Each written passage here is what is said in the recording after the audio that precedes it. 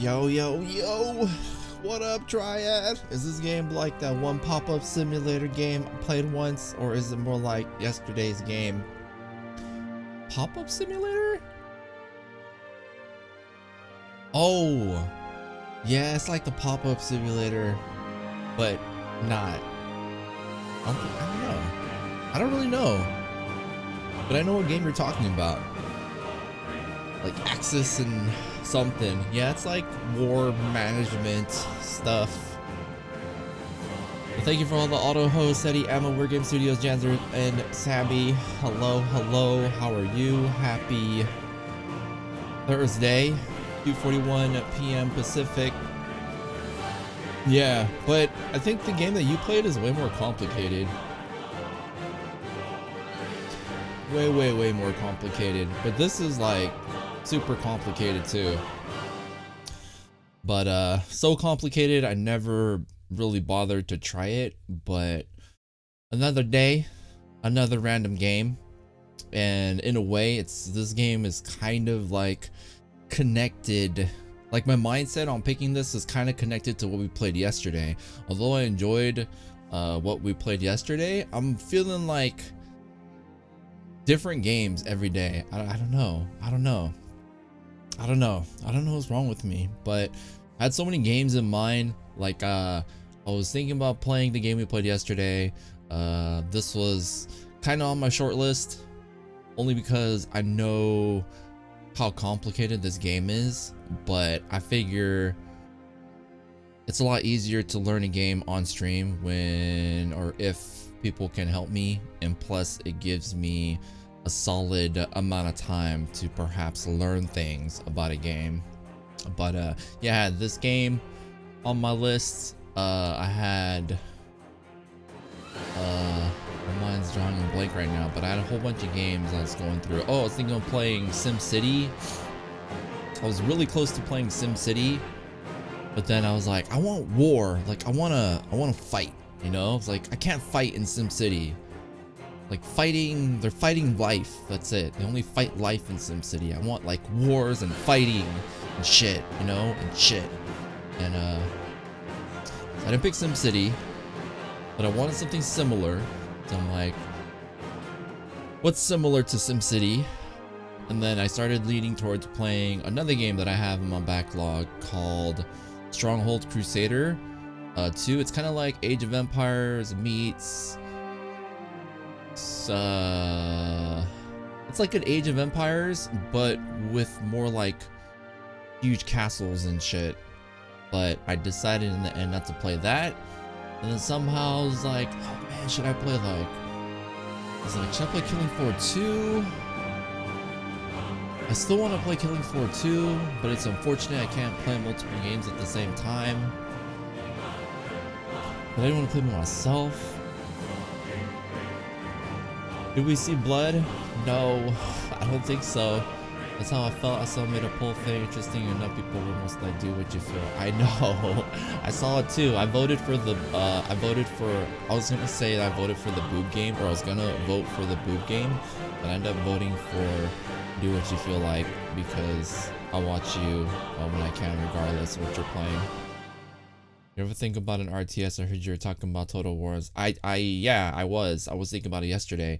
I don't have a Total War game at the moment. The only one I have is like I think it was a free-to-play one. I don't remember where I got it, but I was thinking about playing or for the longest time I really wanted to play Shogun 2, because I like that time period, like the samurai Edo time period, and I don't know, I just like to see lots of units just like going at it, you know. But I never picked up that game. I recall you briefly talking about this game once, but I totally forgot why or when. I might have, if you're talking about Crusader Kings II, probably because I always wanted to try it, but it just seemed really overwhelming.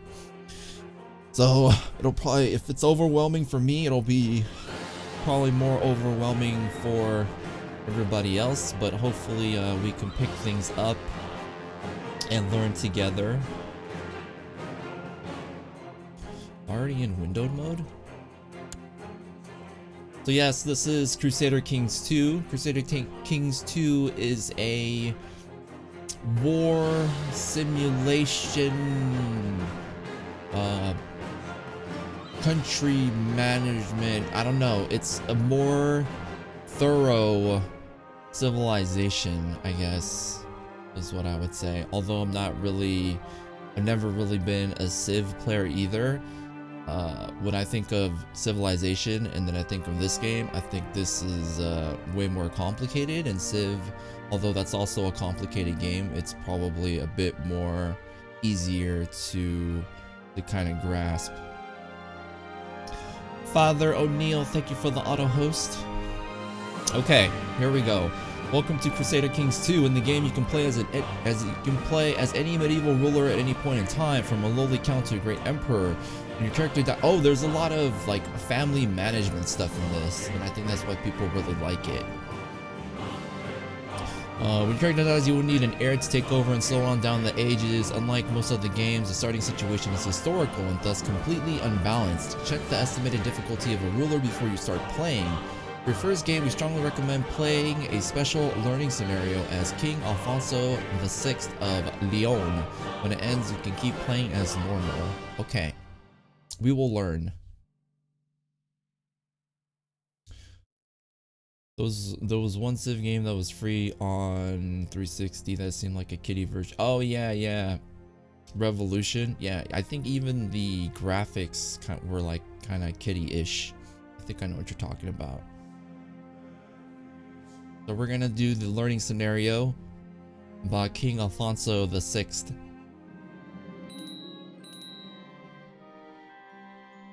Does this person talk? Learning scenario.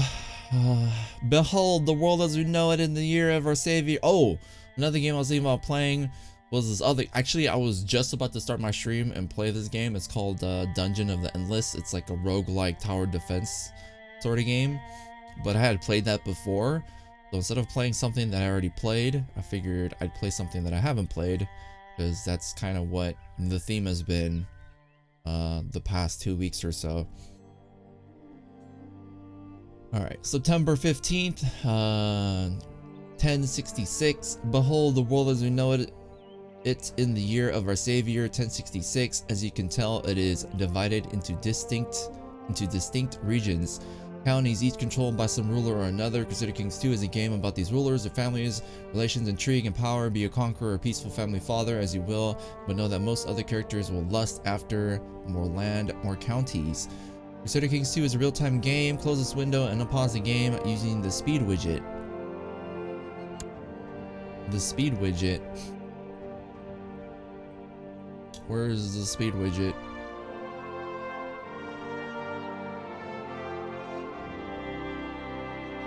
Where the fuck is the speed widget?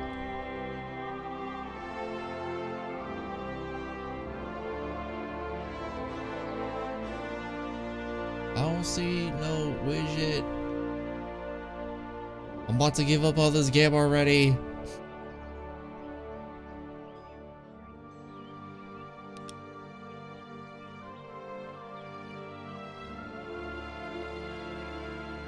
How do I do it? Do you see it?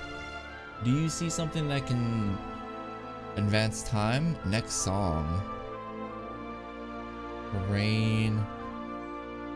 Toggle the map.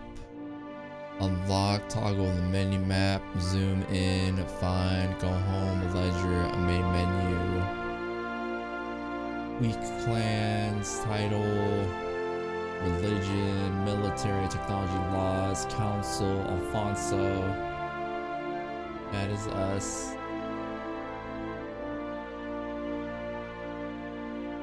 Is this it? I think. Oh, I found it. All right. Time is moving. What did I do? I push S by accident. This is you up in the left corner. Clicking the portrait will give you more information about King Alfonso VI and his family. You can also click on the crest Next is the portrait to get information about your country. Click the portrait to find out more about your ruler and his family. Note that you are currently unmarried and your heir is your brother, the King of Castile. Should you die at this point, you can keep playing as him since he is of your dynasty. Yes, that means he would inherit Leon and be king of 2 kingdoms. 1066, Kiev was a thing by then. Medieval Russia. This is probably mostly Europe and Mediterranean though, right? I have no clue. There's a bunch of buttons and icons and fancy stream stuffs. Oh. Should I get rid of that? I can just like remove everything. What was I gonna say? Yeah, the game is mostly Europe. I don't think there's Asia. I believe there's like DLC. No, there's wait. Oh, wait. No, this is not. Well, this scenario doesn't look like Asia. I can't really identify stuff. Hold on, let me get this out of the way.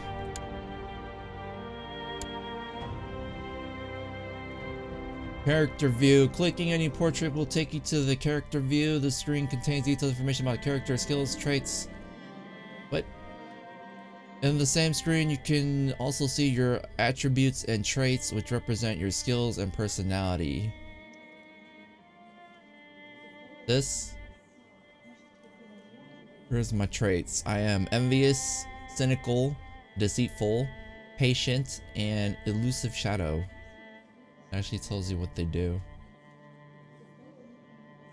Yo, Nox, thank you for the host on Beam. Are you like northern Portugal then?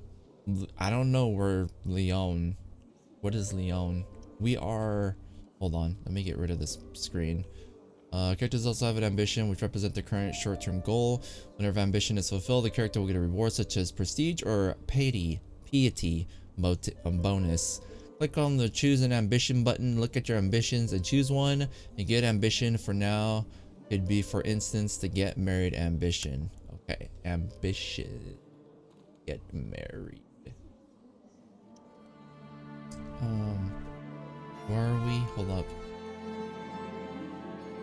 I don't know where our country is right now. What is this? You'll play a succession of characters from the same dynasty down the ages. In this learning scenario, you will be safe from attack and internal strife until your ruler turns 40 years old. When this happens, Fonso will die. Normally, though, characters die of old age, disease, or violence, and the learning scenario will end.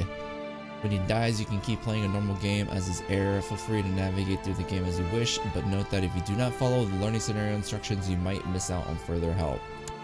I need help. You're shady as... I'm shady as fuck. Oh. Where's the ambitions thing? Oh, here we go.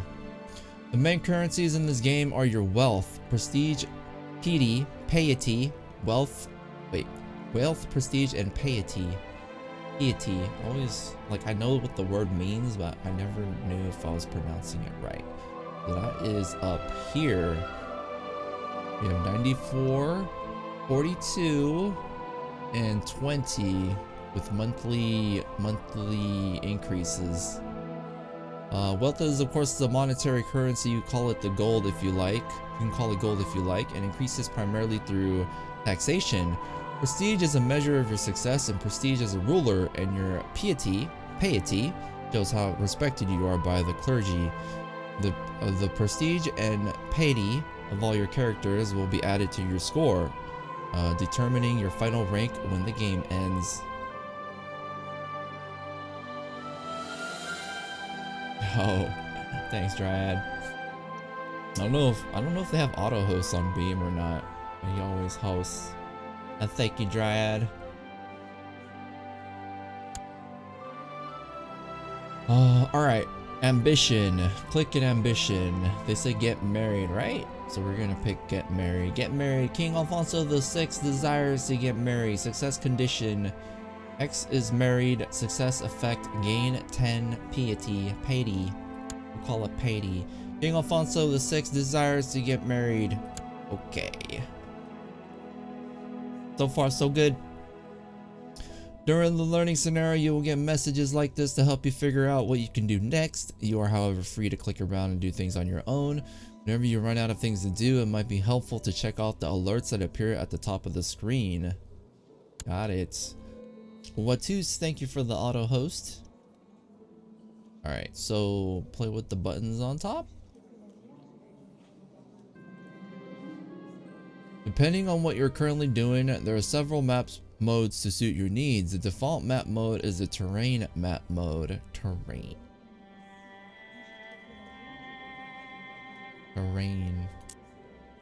Whoa. Another helpful map mode is the Independent Realms map mode. Independent Realms. Showing the borders of the different realms in the world. Feel free to check out the different map modes in the lower right corner to see what they show. Feel free to check out the different map modes. Okay. Diplomatic relations, religions, cultures, economy, de jure duchess. The map mode shows all geographical and traditional de jures. Like the text is hella tiny. De jure kingdoms, de jure empires, revolt risks, dynasties, opinions, direct vassals, trade zones, governments, defensive pacts, epidemics. Although you do have a valid heir of your dynasty, your brother, having children of your own will ensure that there is a next generation of successors. Besides, your brother might die before you do. As soon as you have a son, he will be your new heir. To produce legitimate children, you need to get married. The Arrange Marriage View, found by clicking on your portrait, is a good tool for finding suitable spouses. It's the button with the 2 golden rings. 2 golden rings. Where is the golden rings? All right, here. Who should we marry? We are... What is this? Yo, Cosmos, welcome on in. What kind of game is Crusader Kings? How are you doing? Crusader Kings is like a... I don't even know how to describe it. It's like a... war simulation family management game or something. It's probably really bad, but I'm doing pretty good. I've always meant to play this, but it seems super complicated, so hopefully with the what is it, 3 o'clock, with like the 2-3 hour stream, we can kind of learn things about the game. I'm surprised you haven't heard of it though. I would think this game is like a pretty, it's like a hardcore game, but it's pretty like known, I guess you can say.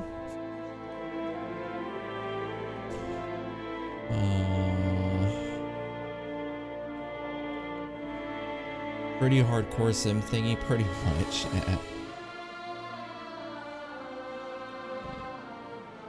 Okay. I'm gonna get married. So we are House Jimina. This is the dynasty of this character. Some dynasties are more prestigious than others depending on the number of rank of the landed titles ever held by their members, living and dead. A fraction of prestige of the both mother and father's dynasty is carried over to children born in wedlock. Spouses also get a fraction of each other's dynastic prestige when marrying. All right, Castilian. We are Castilian. I guess that is our. That's like our country, Castile. I may be out of the loop on a lot of stuff. It's okay. No worries. I like your coat of arms for your dynasty. Jimina, this one, the shield. It kind of looks like a gremlin. I don't know. I heard the game name before, but never actually seen it. Okay, yeah, I think most people have heard of it, but no one's really seen it. Sounds like this game might be up my alley. All I know is it's like super complicated, but hopefully we can learn something. Do you have a particular policy when it comes to hosting? No, not really. If I know you and I know that you stream and I know that you stream Cosmos, I mean, it's you know, I don't really have, yeah, anything besides that. I mean, if it's somebody random, then it's like, who are you? Why are you hosting me? Like, why would you even host me? I don't know you. You know what I mean? But thank you for asking. Castile is in what is named Spain. Symbiotic. Okay. You guys will be like my advisors. We're all gonna learn together, okay? This is technically like the learning scenario. So let's learn something. But right now we're trying to get married. We selected an ambition to get married. And we need to have children in order to have heirs. So according to this is our family tree. We have no children. We have 2 parents. One died of natural causes. We have a mother. She is 49. We are 26. Our grandparents are all deceased. We have 4 siblings. Uraka is a close member sister of your dynasty, so I'm assuming that she's like our blood sister. And then we have a brother. He is he's also king of Castile. He's king of Castile, but we are king of Leon. I guess Leon is, what is that, like a county or something? Or is like a sub kingdom? Princess Elvira of Castile. She's our sister. She's a mayor and a princess. And then we have King Garcia of Galicia. He's our I don't know if this blood icon means we're blood brothers. So we're brothers. But yeah, we have no children, so we gotta get married. So who do we like? We got first choice, Princess Gunhild of Denmark. She's a princess. She's 16. Her opinion of me is 6. She thinks we're a 6 out of 10.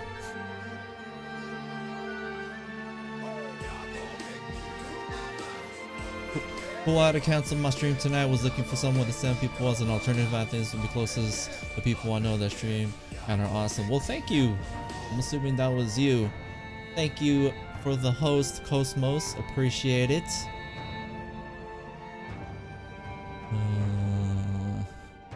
No children, better sex up some princesses or tavern wenches. Dude, we want to spill our blood into the taverns? Well then, it's also, Leon is also in Spain. Thank you, Dryad. XCOM. Once upon a time, I tried to stream the first XCOM game, and I thought it was fun. All right, okay. We gotta make progress. So let's get married. Maria, Princess of Hungary. She's also 16. Can I see how she looks? Princess Maria of Hungary. Dude, I'm hungry. I'm hungry. She's hungry. We should get married. What does she think of us? A 1?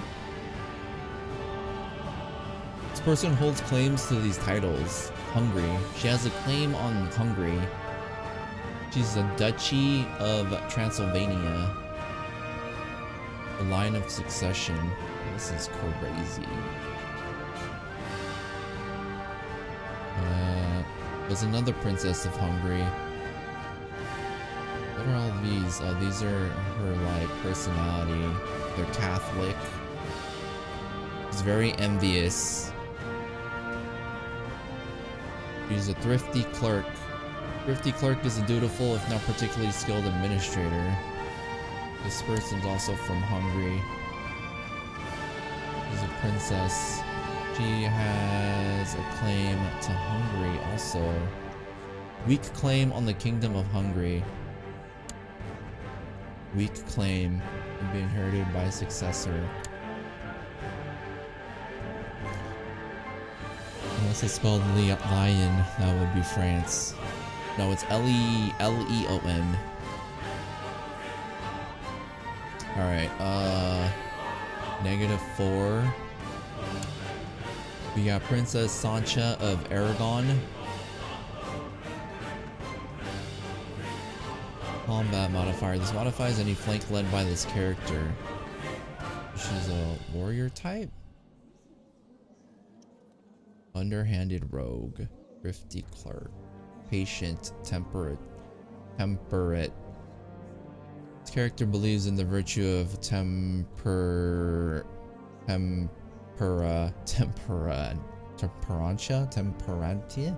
Moderation, a valuable trait in rulers and stewards. Paranoid. Chastity is the first of the 7 virtues. Chaste characters are admired for the virtue and are unlikely to have extramarital affairs. Wait, she's married. Oh, her husband's dead. Nice! Died of natural causes. She's a widow. Wait, she's of our dynasty. What?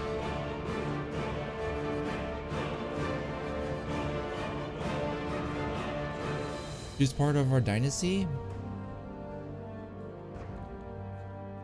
Oh, she has a, yeah, she's the only one that has a blood icon. Oh, she's Jemina too. Jemina, okay. No, I don't feel like banging my like 5th cousin or something. We're good. Yingling, she's Norwegian. 11? Princess Emma of France. Dude, she's 11. No. Ingrid, Princess of Denmark. Sigrid, Princess of... Whoa, she has a shit ton of siblings. So many they like stack. She's 24. Dude, there's like a gajillion people we can marry. Alright, we're just gonna pick somebody random. We're gonna go with Princess Maria of Hungary. Cool. The only thing is she's envious, zealous, diligent. Diligent's good. Chaste, 5. So she says that she doesn't want to give it up, but with enough encouragement she will. But we're gonna get married anyway, so it doesn't matter. Okay, cool, let's do it. How do I marry her? How do we marry? How do we marry? Matrilineal marriage. Under the terms of a matrilineal marriage, any children born of the union will be of the mother's dynasty rather than the father's. Hell no. Alright, how do we marry? How do I marry you? Found by clicking on your portrait is a good tool for finding suitable spouses. The button with the 2 golden rings. You can also use the character browser in the bottom right corner of the screen to find more characters. Oh. How do I marry you? I think I want to marry you, but I don't know how to do it. Marry. Right click to interact. This view lists all the actions you can make towards another character. Note that unless a character is a ruler, is usually their lead who actually responds to your proposals. You have sent a proposal to a character, it will take then some time to respond. However, you can see their likely answer and their reasoning even before you send your proposal. Okay, in the tooltip for the target's acceptance, if the number of green plus signs exceeds the number of red minus signs, the proposal will be accepted. Arranged marriage. Select a character from the court of King Alfonso. Me! Me! How do I do that? Oh. Whoa, I don't want to marry a prince. What is going on? Yes, old names I have nearly forgotten. Natural causes. Yeah, get the widow. Good for everyone. Princess of... Whoa. Are there any Polish princesses? I can look.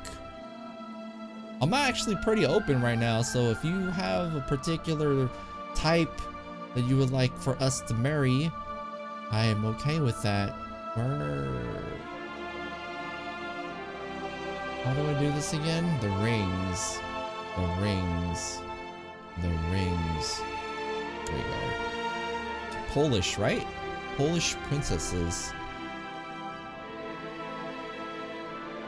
I don't know, maybe during this period they're not Polish. Maybe they're like something else. It was Polish before it was Polish. Occitan, German, Dutch, French, Welsh, German, Norman, Norwegian, Italian, Catalan, Norman, Hungarian, Portuguese,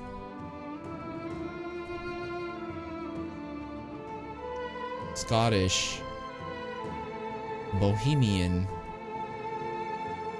Hungarian, Breton. Oh, Breton. She's from ESO. She's half elf. I never played this game. I just like Poland and C5, begging them for home base. Look at the map, see if it's another name. Maybe it's just Western Europe. Okay. I don't know where exactly Poland is, so if I can show you guys a map. Welsh. Okay, here's the map.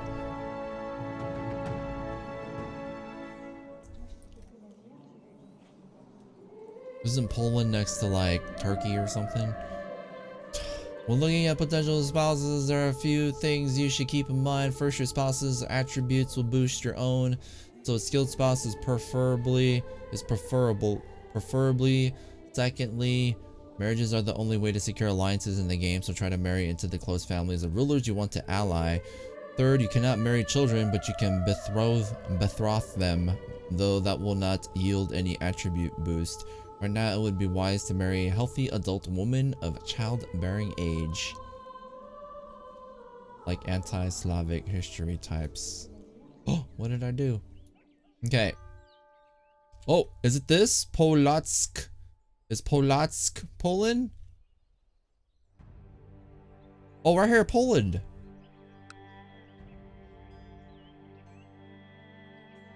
Okay, how do I marry a Poland person?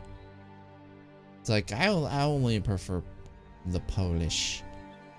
So there's a character browser. I don't know where. Find characters. Search realm.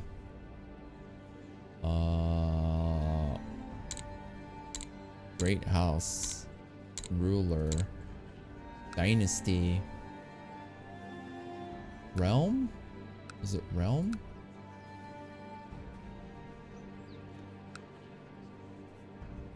Oral, Poland, Portuguese.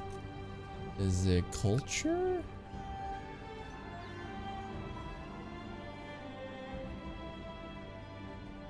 Maybe I can't marry somebody from Poland. Dynasty, Portuguese, Castilian. It's so weird. Oh, maybe because I'm searching realm, not search all. Poland. Oh, there's only 2 Polish people.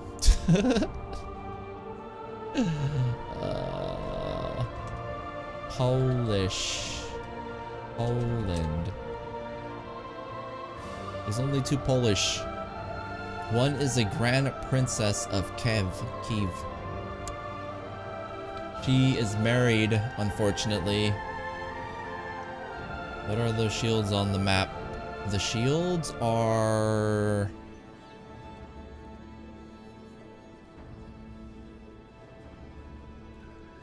There's too much shit on my screen. I don't know, but it says like Duke Rudolph of Swabia, Holy Roman Empire, terrain, military information. If a combat takes place here, the defender will get a defensive bonus. So I guess it's where they're located in that region.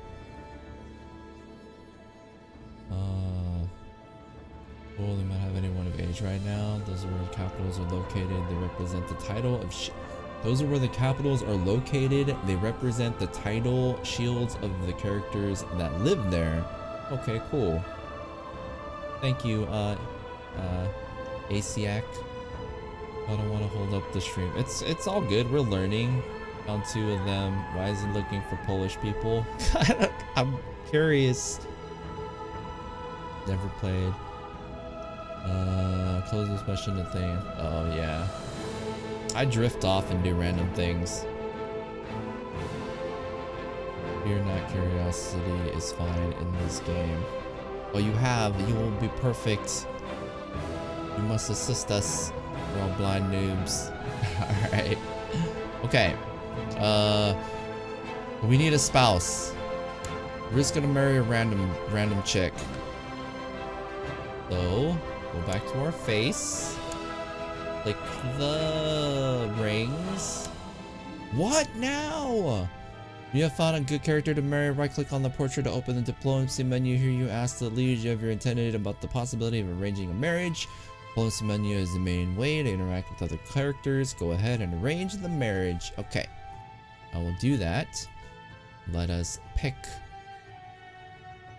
Where was the chick? Maria. Maria of Hungary. Princess Maria. Alright. Right click.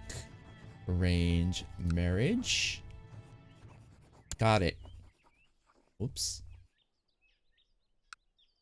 Select a character from the court of King Alfonso VI of Leon. Me. Put me in. Put me in. Put me in, coach. How do I pick myself? Ah.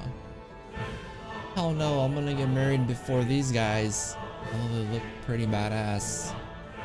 Commander Manrique, Commander of Leon, and Alvar, Marshal of Leon. Alfonso. So let me know if it's just me, but since you talk low, emphasize when the music swells, it is harder to hear you. Also have a sinus infection, so it might be me. Oh, is anyone else having a problem hearing me? I could raise the volume or increase my mic. And I know the music's pretty loud. Here, I'll lower the game music. Actually lowered it a bunch. The normal volume was this.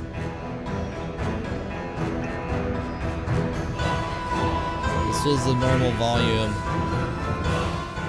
It was on 10. I'll put it on 7. Whoops. I'm sorry you're sick, Cosmos. Not a bad choice. It's a hard game to sound balanced. The songs do crescendo a lot. 8 or 9. I have it on 7 at the moment. Hopefully it's okay, like on the window setting. Hopefully it's a good balance, but thank you for what was I doing? Thank you for helping me balance it out. Maria. Arrange marriage. Me.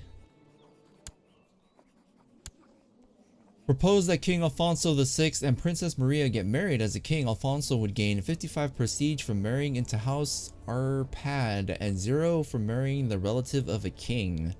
56 prestige gain from marriage. Would result in a non-aggression pact and would result in a non-aggression pact with Prince Laszlo of Hungary and Princess Maria of Hungary. Send.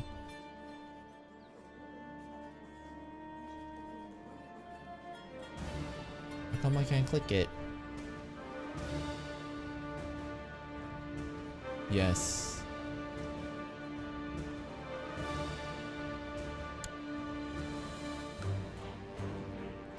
It won't let me send. I haven't like done something apparently.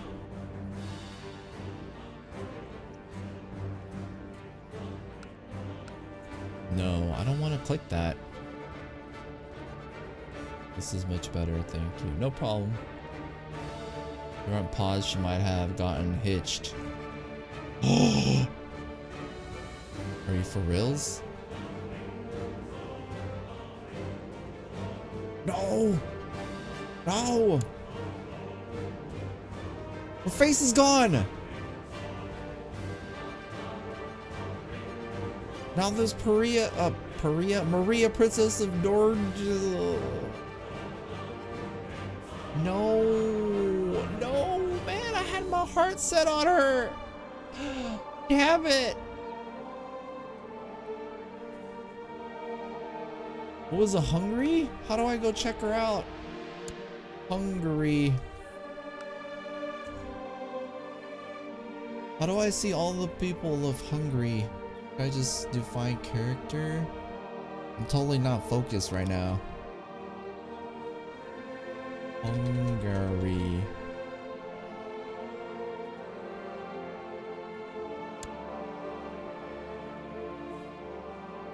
She's betrothed to a child that's 12.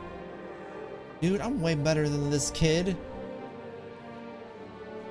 Man, I'm sad now. Look at she's sad. He's sad. Alright, I'm over it.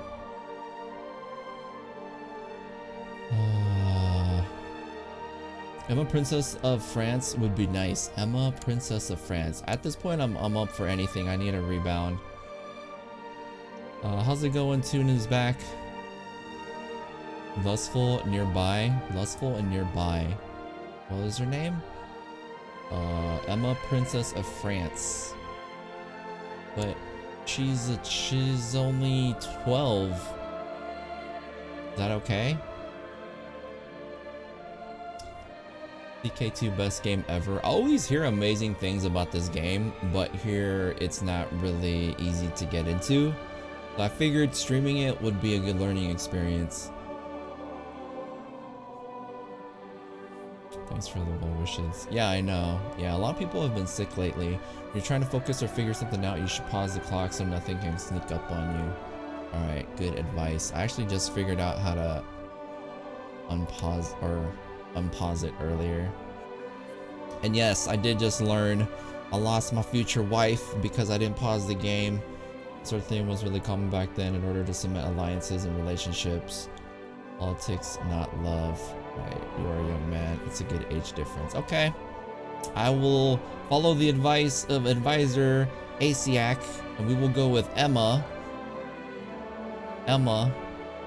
Princess Emma of France. So, arranged marriage. Well, let's look at her. Let's look not at her assets, but let's look at what she provides us. Princess Emma. How do I see? Does she not have like hold on. Does she not have stuff? Oh, she's lustful, paranoid, and she is the 5th line of succession? I don't know. She's Catholic. Alright.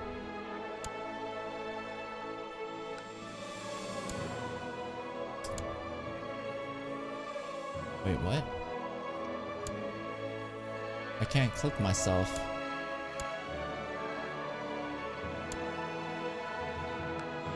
I'll arrange Bethro. I don't know how to pronounce. I know what it means, but I have a hard time pronouncing things. You're playing with single player, you can pause with spacebar. Gotcha. Arrange a betrothal because she is a child. Okay. I hope it doesn't ruin the tutorial by doing that.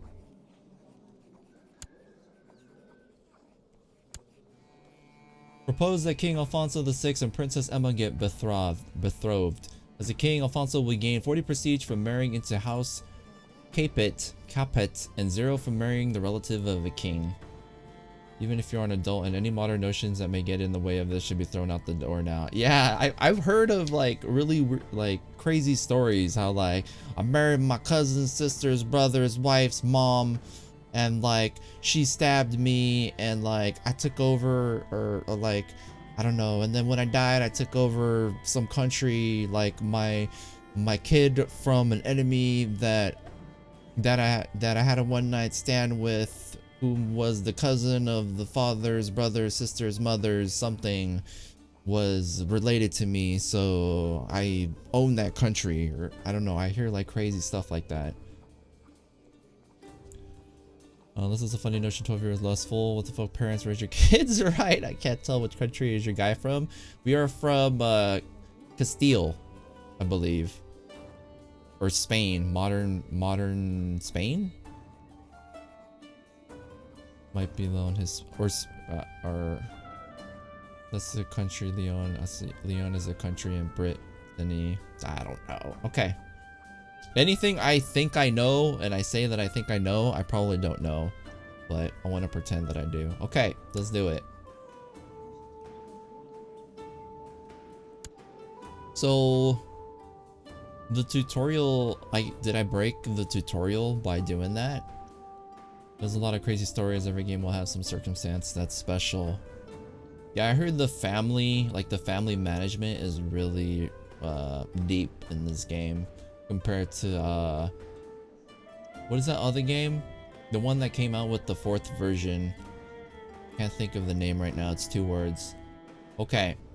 How do I go back to like the tutorial? Is it because I didn't actually marry somebody? Here, let me try it. Let me try marrying somebody too.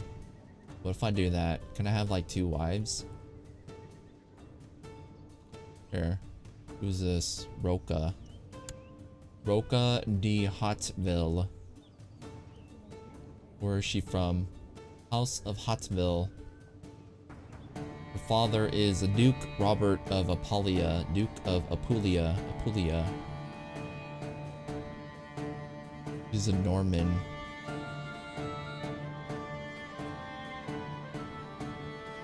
Whoa, she's old. I haven't done the tutorial. I think it's more abstract, showing you things as you click them. You sent the betrothal out. The betrothal counts kind of as married. Okay. Well, maybe I should let the time go, right? So we're gonna chill. Hopefully it helps the tutorial move forward. So we are... Where are we? Title view. This upper part of the screen contains information about to the King Alfonso. Your wisdom and mercy are legendary. I have decided to accept your suggestion of a beautiful betrothal between King Alfonso VI and Princess Emma. Thank you, King Felipe of France. Cool. Tides organized into a tree-like structure with empire tiers. Oh wait, titles organized into tree-like structure with empire tiers. Tier titles on top and baronies at the bottom. There are both a de facto and de jure trees, and you can toggle between them.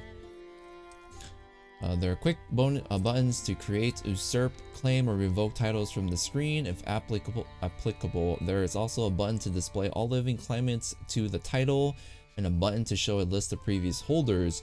The lower part of the title view shows information about the title holder's entire demesne and its budget.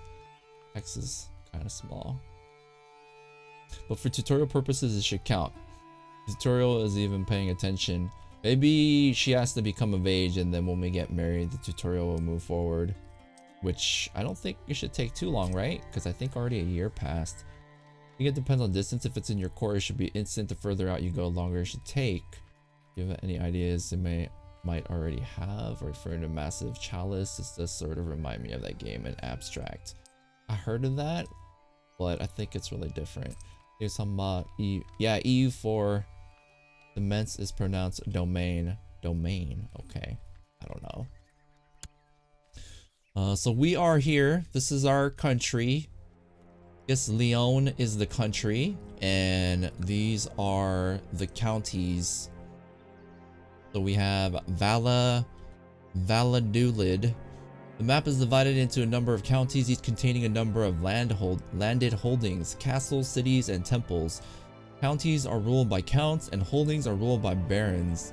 For cultural equivalents, holdings are ruled by barons.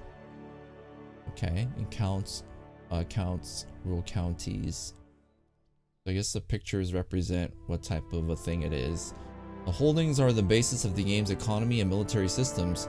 Holdings provide tax income and a military levy. Castles have the best levies but the least tax. Cities are rich but have poor levies. Temples are both rich and provide good levies and are hard to defend. Temples are both rich and provide good levies but are hard to defend. Some people say domain, but pretty sure domain is in the correct.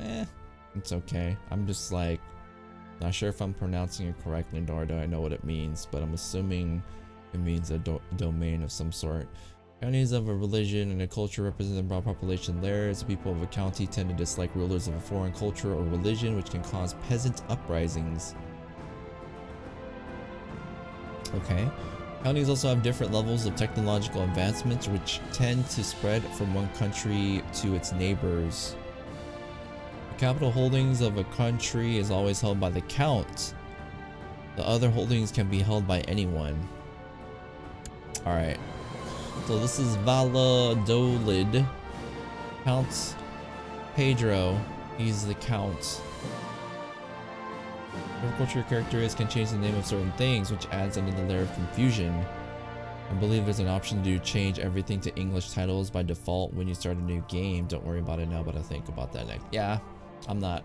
It's okay. I was expecting confusion, so you guys will be like my advisors, give me little tips, hints. I mean, hints and tips here and there, but you don't have to. County view. Disable hint. I've already seen this, right? Salamanca. Oh, this is me. I thought we were in Leon.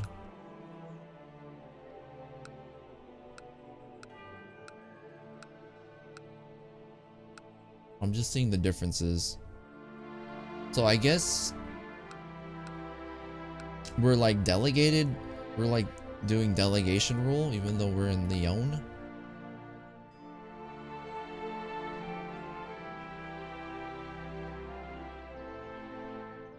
Culture, supply, loot. City of, so there's a city.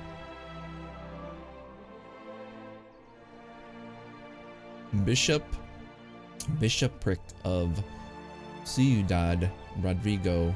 Like a temple, I guess. Create new vassal, raise levy, raise ships. The holding view. This view shows details about a holding and allows its owner to build various improvements. The collection of holdings held by a single character is called a domain, demesne. You can cycle through the holdings in your demesne with the arrows. Single, the collection of holdings held by a single character is called. Okay, you can cycle through the holdings with the arrow. The buildings cannot be built until a certain technology exists in the county. Others might have another building as a prerequisite. The owner, the holding, or his liege and above can change the name of the holding by clicking the name and editing it. King of Leon. The whole thing, you own the domain, your face is going to be on every territory you directly control, and your vassal's territory, the face will change. Ah, okay. So we control it like we're delegating the rule. Well, we're not delegating it, we're under direct control, and then our vassals are delegated to ruling certain areas.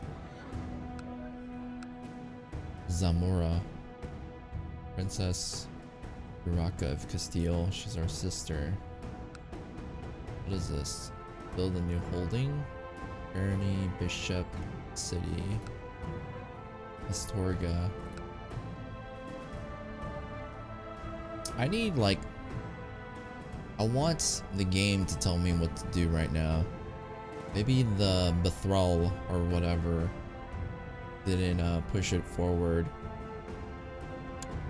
How old is our future wife? She is still 12. Delegate to some point, even in counties that you directly control. Barons under you in other castles. The mayors in cities. Priests and temples, those are your vassals as well. This isn't a game that tells you what to do. I know, but I just want the tutorial to move forward, you know? This is a sandbox. Your desires are the goal that you set the desires, but I don't like. I need, like, I want the tutorial to kind of give me an idea, like how I should be focusing on things. How come I see troops now? Diplomacy. Send gift. Arrange marriage. Break it. I'm gonna break it. I want to see if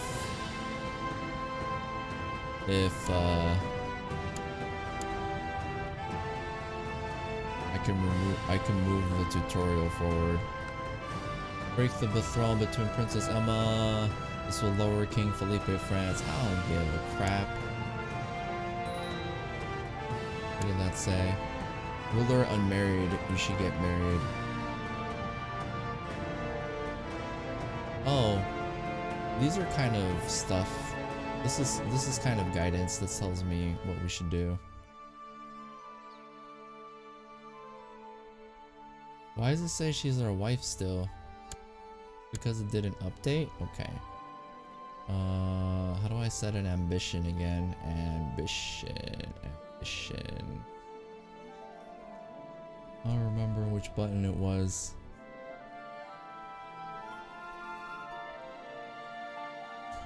Is there actually an end goal, or Winston is a never-ending open-ended game? Ends in 1453, I think it was. Or lose conditions if your dynasty dies out and you become unlanded, the game is over. And ACX has a clock run out, otherwise people would go toward just kind of survive until clock runs out.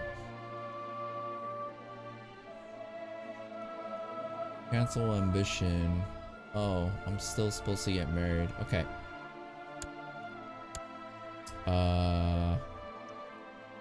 We're gonna get married with... I'm just gonna marry this chick. She's humble, gluttonous, second deadly sin, and lacks positive effects. The church despises gluttons, and so do members of the opposite sex. What? She's fatty? Why is there a picture of a pig? Shy, lustful. Alright, let's get married.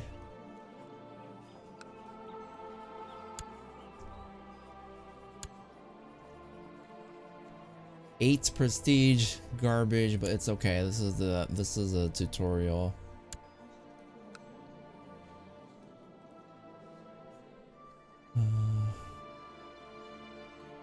You know, through the events, keep preoccupied even if you don't world conquest. It just is a way to promote.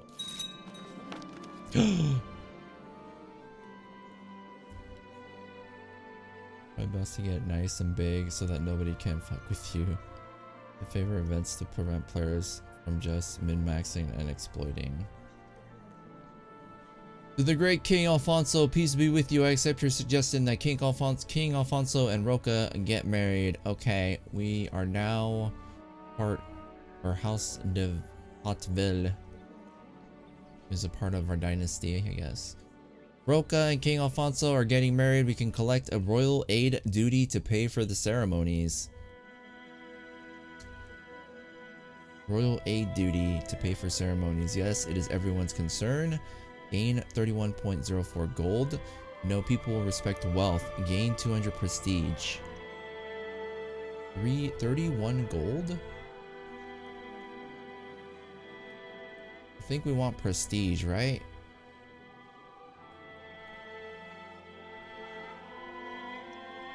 Alright, let's go with prestige. Will everyone be some One Piece first? Everyone beat the French girl. Also spread culture, but culture is different than Civ, for example. With well, it looks more prestigious. That is fair. Okay, I'm going with prestige. King Alfonso VI of Leon fulfilled the ambition to get married. Cool. So And we have another ambition. Click to choose an ambition. Okay, so ambitions are a good way to focus on specific goals. Learning scenario. Congratulations on your marriage. While Alfonso is busy trying to get Roca with child, you might want to select a new family-oriented ambition. Okay, that's what we're gonna click another ambition. So we have amass wealth. King Alfonso VI wants to amass a substantial amount of wealth. We have become paragon of virtue. King Alfonso VI strives to become a beacon of chivalry and honor, a paragon of virtue. So we need a piety of at least 500. And then for wealth, we need our personal wealth has to be at least 500%.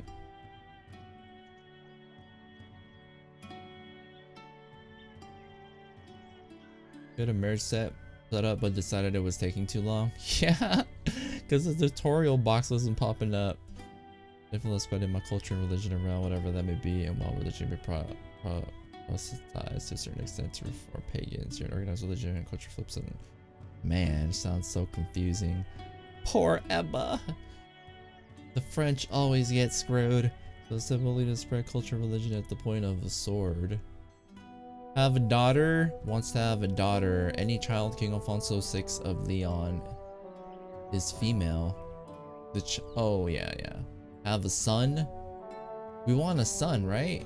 Because we need an heir. Improve marital ability. No, marital? Marshall. Improve stewardship. King wants to improve his stewardship since it is poor. Improve learning. Okay, so they want to do something. This is something family related. Let me read this first. No, this is something else. All right, we're gonna go with the son. We want a son. King Alfonso VI wants to have a son. Yes. Your realm consists of a number of counties, the provinces on the map. Okay. Provinces on the map. Each county contains at least one holding, a castle, city, or temple. By clicking on a county, you can see, among other things, its holdings. The holdings held by you personally are collectively called your demesne, or domain. Unfortunately, there is a limit to how many holdings you can control directly. This value is shown in the top bar. If you have more holdings than your limit, you will start to suffer serious penalties. So we are at 3 of 5, so we're not over. I guess it goes up each time you have you build a holding. So that happens when we click like that. So these are holdings of this county, from my understanding. I miss these ambitions. Those are the days. I still prefer way of life, way more fun. And if you're under 8, you still get those old events. The demesne limit is the reason you need vassals. You can control more holdings, and then your demesne limit, the main limit, allows directly through your vassals. Okay, the more vassals equals more holdings. Your vassals will give a part of their troop, levies, and taxes to you. There's a limit to how many vassals you can have as well, which is why you might want to have fewer but more powerful vassals. Vassals can also have vassals and so on. Vassals of the lowest rank, below count, with a copper portrait frame are not counted towards the vassal limit. So copper portrait framed people are not part of the vassal limit. Got it. Way of Life is a DLC. I only have like 3 DLCs, and it's like just add-ons of units or something. So we have 4 out of the 32 limit of vassals. So let's get more vassals. How do we get more?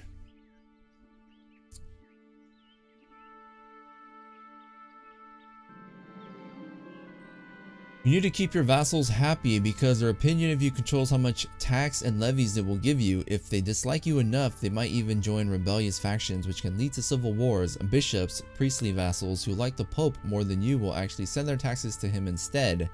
Opinions are represented by a number ranging from -100 to 100, and you can see exactly why they feel the way they do by hovering over the number. Alright, so let's click on our character, and here are our vassals. We have 8 vassals, but we're at 4 limit, so I'm guessing some have copper frames. Are these considered copper? So these are silver-ish. These look copper. 1, 2, 3, 4.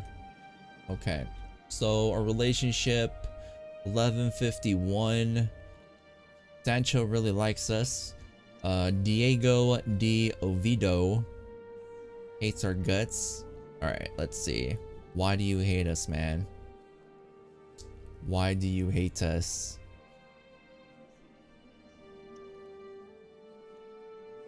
How do I see why you hate us? Right, they feel the way they do by hovering over the number. Okay, the number. Fired from council. Apparently we fired him before we started this game. Limited crown authority and honest versus deceitful. So he got fired from the council February 28th, 1078? Wait. What year is it? Wait, no. It's 1068. I don't know what that number means then. You need more territory in order to gain territory. You can inherit it, tricky, or fight for it, also tricky. I heard you can't just wildly attack people because you need to have like a claim or something like that. So people do shady stuff to like have claims on like a piece of land so they can attack them or something. Your claims on your brother's land as they have claim on yours. To fight for territory, you need a claim, and you can get claims in a bunch of ways, but the simplest way is to just send your chancellor to the territory, search for all papers and vague documents, and tell a big lie that you should really be the owner because reasons. You have 2 claims already. Galicia and Castile. That is the number when that opinion expires. That is the number when that opinion expires. Oh, okay. Gotcha. Good to know. So we can't really bring it up unless, I guess, we rehire him? Anyways. We know what it does now, or how to look at it. So now what shall we do? You currently have 1 unhappy vassal. You can find this vassal by clicking on your portrait and open the vassals tab. Alright, we did that. Try to increase the opinion of the vassal to a positive number. You can increase the opinion of your vassals towards you in several ways. For example, by giving them more land, but do try to hold as much land as your domain limit allows. You can also give them an honorary title or send them a gift. All this can be done in the diplomacy menu. Alright, so we're gonna give him a gift. What is he? House de Oviedo. County. Alright. Sending an expensive gift to characters will improve their opinion of you by an amount depending on your state diplomacy and their greed. Depending on your state diplomacy and their greed, characters in your realm will not be quite as appreciative of gifts as outsiders. So gifts are more effective sending to outside people.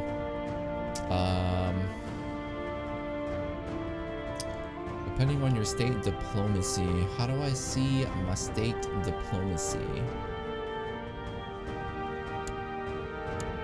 State diplomacy.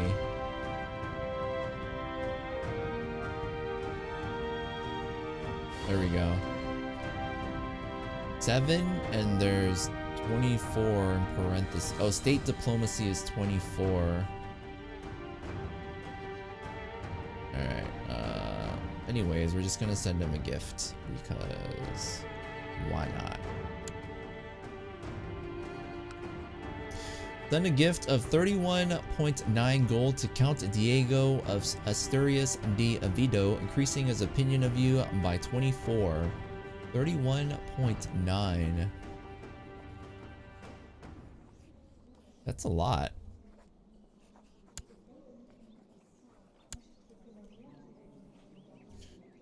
Rehiring won't remove the firing malice. You can send him a gift, but don't bother. Just let him get over it.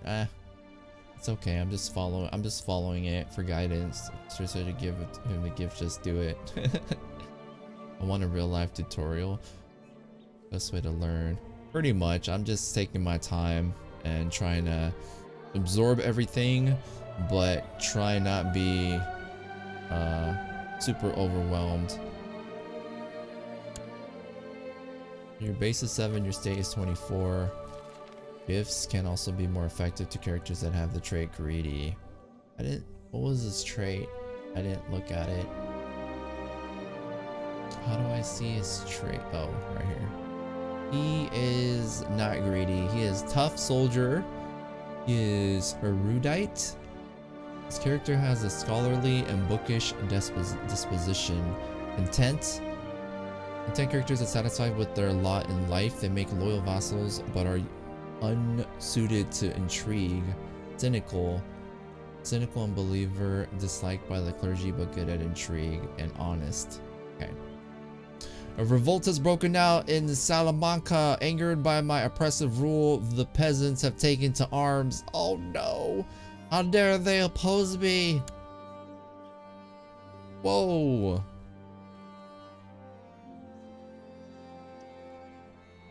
How do I rotate the camera?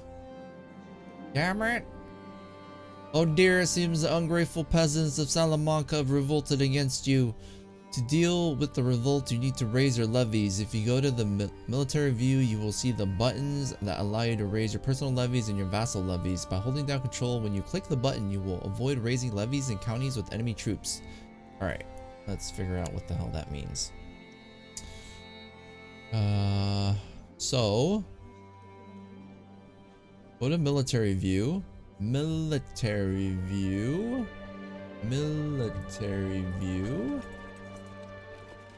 You'll see the buttons that allow you to raise your personal levies and your vassal levies. Alright, so we got army levies, fleet levies, retinues, vassals.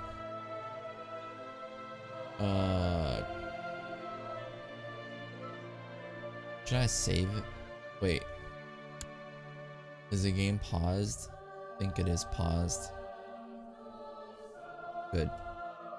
Screen gives you an overview of all your military assets and allows you to raise your levies and those of your vassals either one by one or all at once.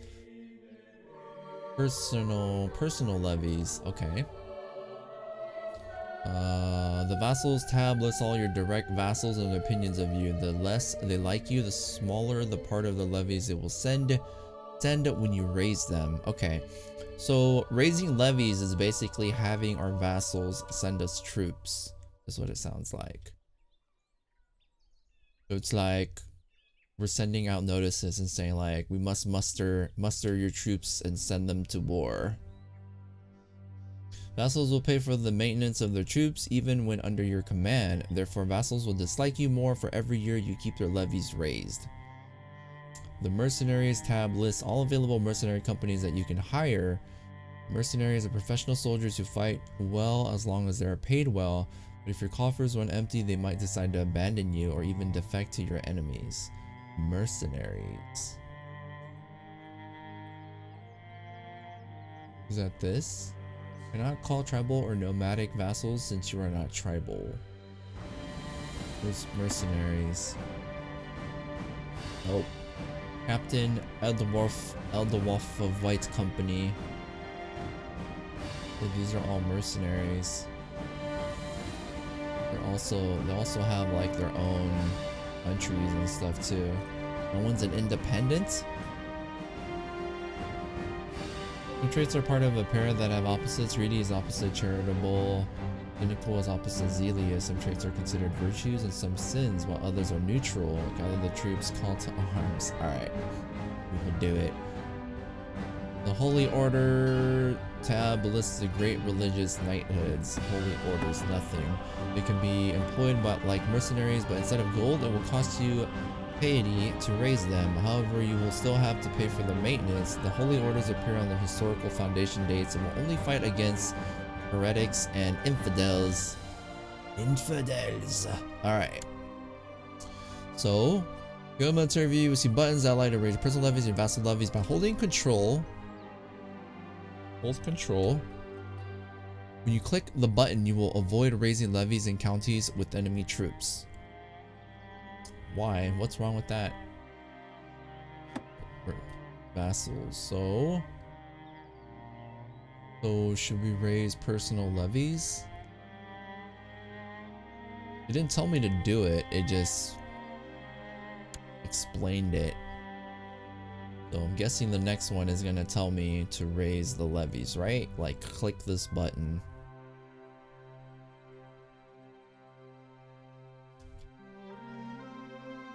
Or not. I guess I'll just click it. This is basically the only one I can click anyways. So hold control. Hold control when you click to avoid raising levies where there are hostile armies. Okay. That's here, right? Salamanca? Who's in Salamanca?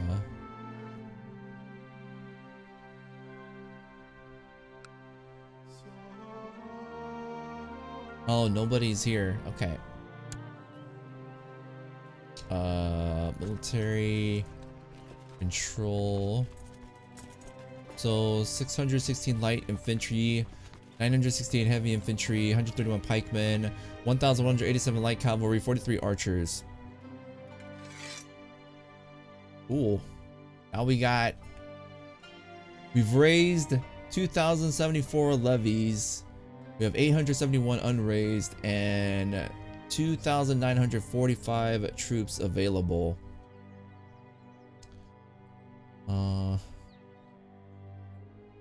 Yeah, you should raise your levies and hold control so you don't raise levies in Salamanca and press the raise buttons. Actually, you could raise all. I bet your levies in Salamanca would help fight those little buggers. So we already did it with the control down. If you look at the numbers, and Salamancas are greater than. If you look at the numbers, and Salamancas are greater than 465. Oh, very cool. All right, so 465 is Salamanca, right? Wait, what? Army of Berenger, Barcelona. Rebel army.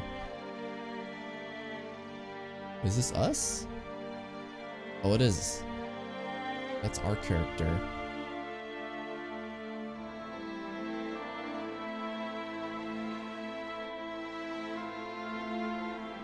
They both say rebels. Why? Oh, it's the same. I'm an idiot. I'm hovering over it and it's just showing me the same shit. So I'm guessing the red one is ours. So we have 465. Okay. But this is a minor case of a peasant revolt, only a few hundred troops. If the revolt had 3,000 troops, it would be very worthless to raise your 800 troops under near them. They'll spawn 20k for an adventure, but only 465 for the introduction. Peasant revolts are hostile to all factions by default. Peasant revolts are hostile to all factions by default. Barcelona was going from A to B through territory, and he got jumped. Oh, okay. So there's a battle going on here. So crazy. One of your vassals fighting back, I think. Well, there's this person, Zamora, Princess Urraca of Castile. But it doesn't like weapons if I click on them. We can't. What is this plus sign? Hills? So they have an advantage. So no other like information. Alright, anyways. What did the military thing say? I already read that. So the unit view. Units are a collection of regiments of ships which can be raised from holdings or provided by mercenaries or holy orders. Armies are organized into 3 parts: left flank, center, and right flank. Each part is led by one of the regiment commanders. The commander of the center is considered commander of the whole army. Armies take attrition losses in counties that cannot supply them. Check the supply limit in the county view. County view. County view. You mean like here? What did it want me to look at again? In counties that cannot supply them, check supply limit. Supply limit. Supply limit.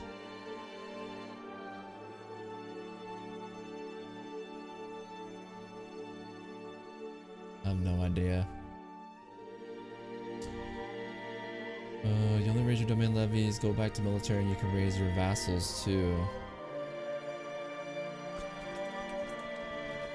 Vassal levies. Oh, that's probably why the thing popped up. Alright. So hold control.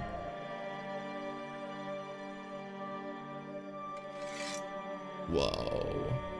From vassals, 514, 49 unraised, 562 available. Okay. So we've raised levies from vassals, and we've raised our own personal levies from our domains. Alright. So I'm assuming it's gonna tell me to like go attack or something, right?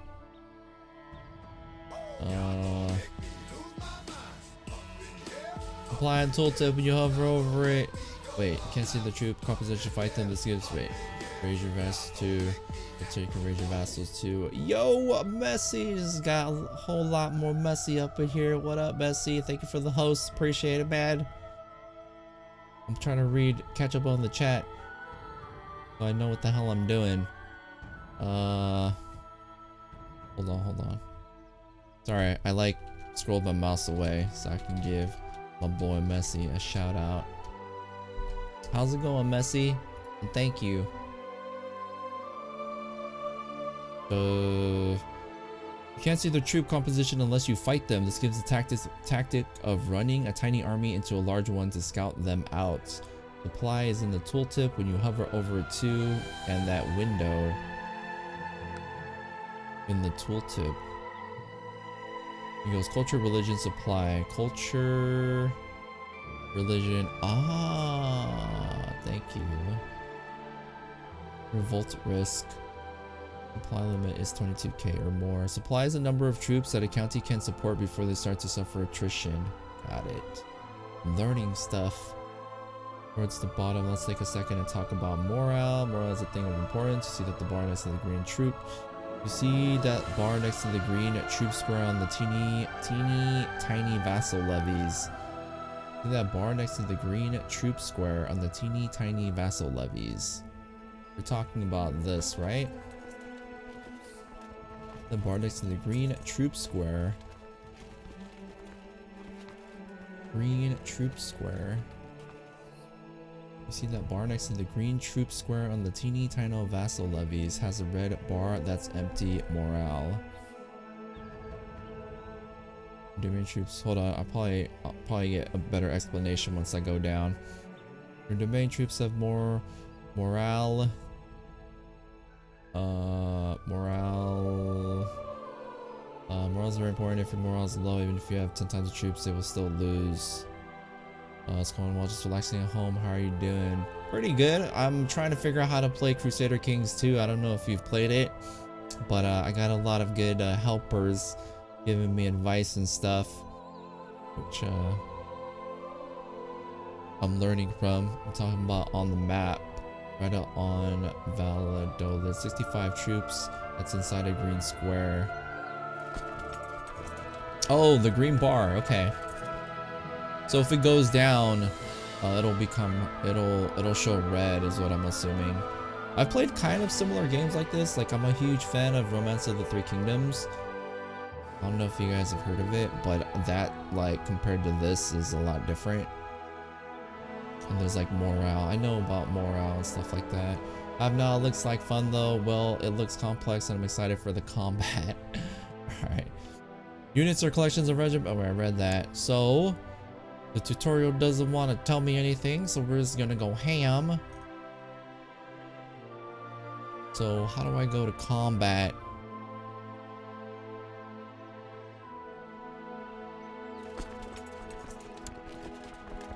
Army of Alvar. Leone's army. 65. No left or right.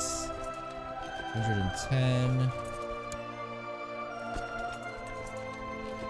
Okay, let's send Army of Bishop Diego and Army of King Alfonso. Alright. I saw like friggin' 2,000. How do I send this guy?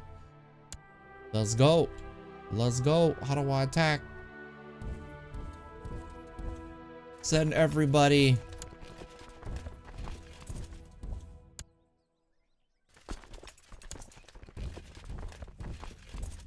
Who's this?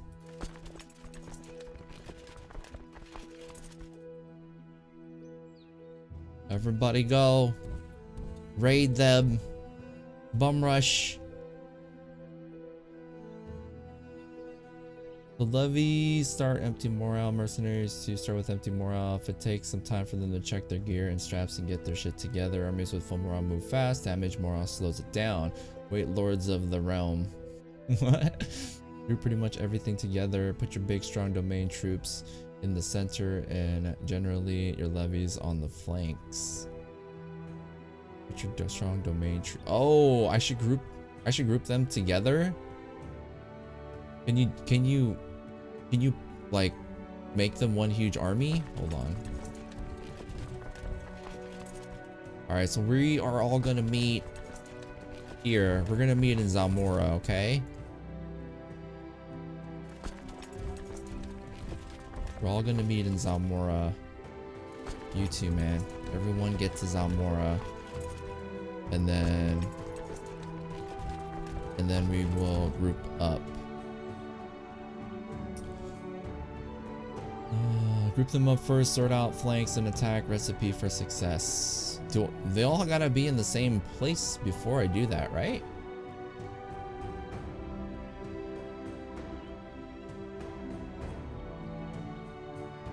Combat as far as I know, the least explained part of CK2, but it's probably the most important. Alright, so unpause. Wait till they move.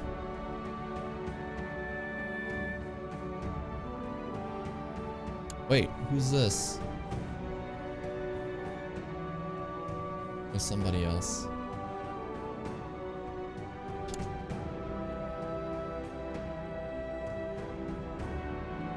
Okay. To move your armies around, simply click on their shield to select them and then right click on the province you want them to go to.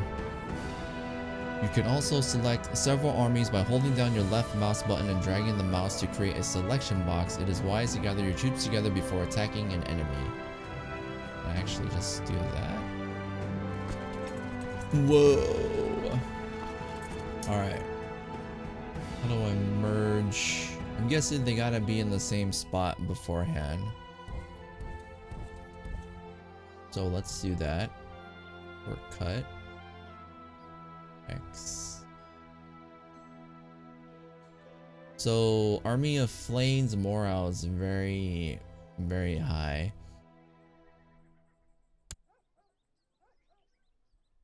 Move it.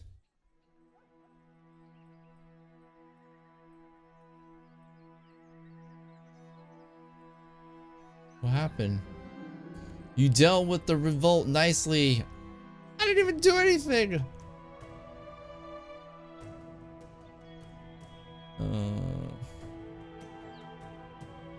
Come on, commanders.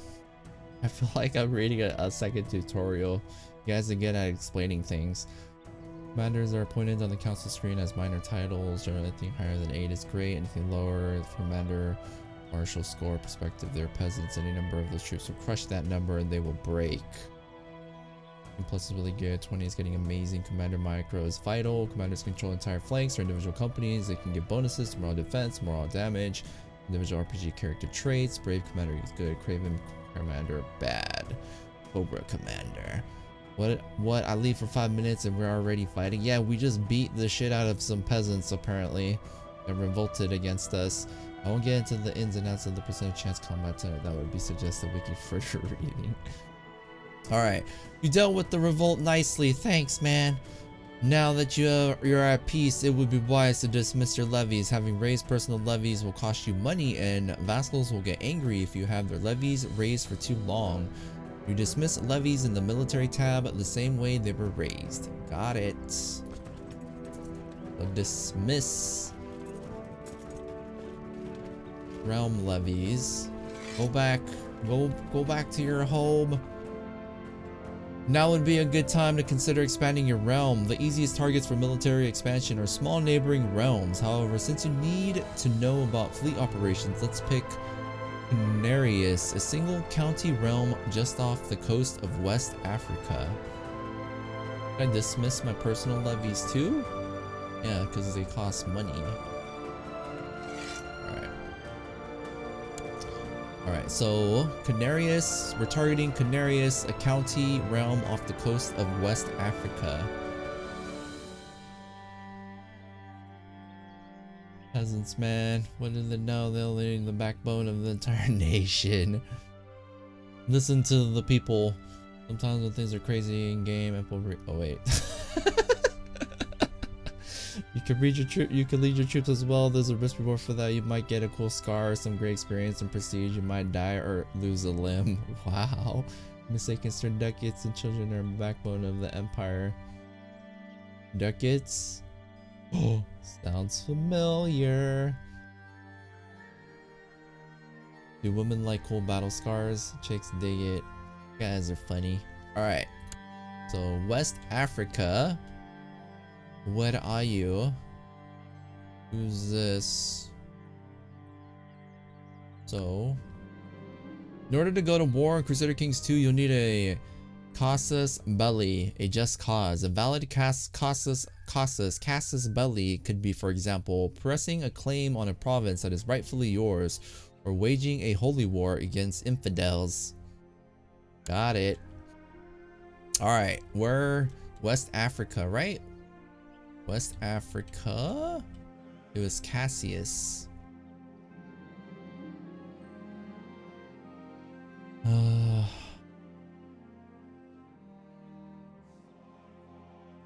There's a comeliness, the thing in this game. Everyone likes a guy with a great scar. Makes you cooler every month. Yeah, there are ugly people. There's a literal ugly trait. I call them ducats. It's more gold. Don't know abstract really. Also meta main magic for you. There's an inheritable fat chin trait and you should do everything you can to purge it. Well, I wouldn't want a fat chin to begin with. There is a ugly or not ugly in this game. It's got a good chin. That's what counts. Claims can be attained in several ways. First, you usually get claims on any titles inherited by siblings when your parents die. Build with the hosts. Thank you very much, man. Appreciate it. Appreciate.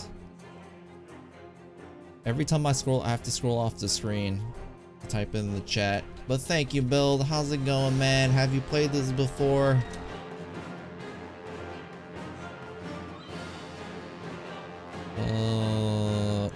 Nonsense. Triple chins just provide excuses to add blub to things. More to love on the chin. Thanks, Dryad. Okay. Claims can be obtained in several ways. You get claims on titles inherited by your siblings. First, you will usually get claims on any titles inherited by your siblings when your parents die. Rulers who lose titles in a war, for example, will also get claims on any lost land. Lastly, of course, claims can also be fabricated by a crafty ruler. Since Canarius is so distant, you can unfortunately not use the Holy War casus belli, so you must fabricate a claim. Well, where is Canarius? In West Africa.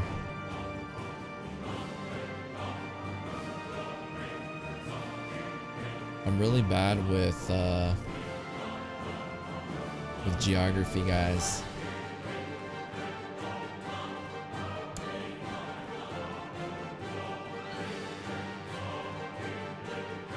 Can you guys tell me where it is? Okay, so here's France. Damn it. Okay, so this is Europe. We got Europe over here. This is like Saudi Arabia and the Middle East, and there's Africa. So it said West Africa, right? So Canarius, where are you? Is it a little tiny place? Canarius. It says it's a county. This seems, it said it's a distant land.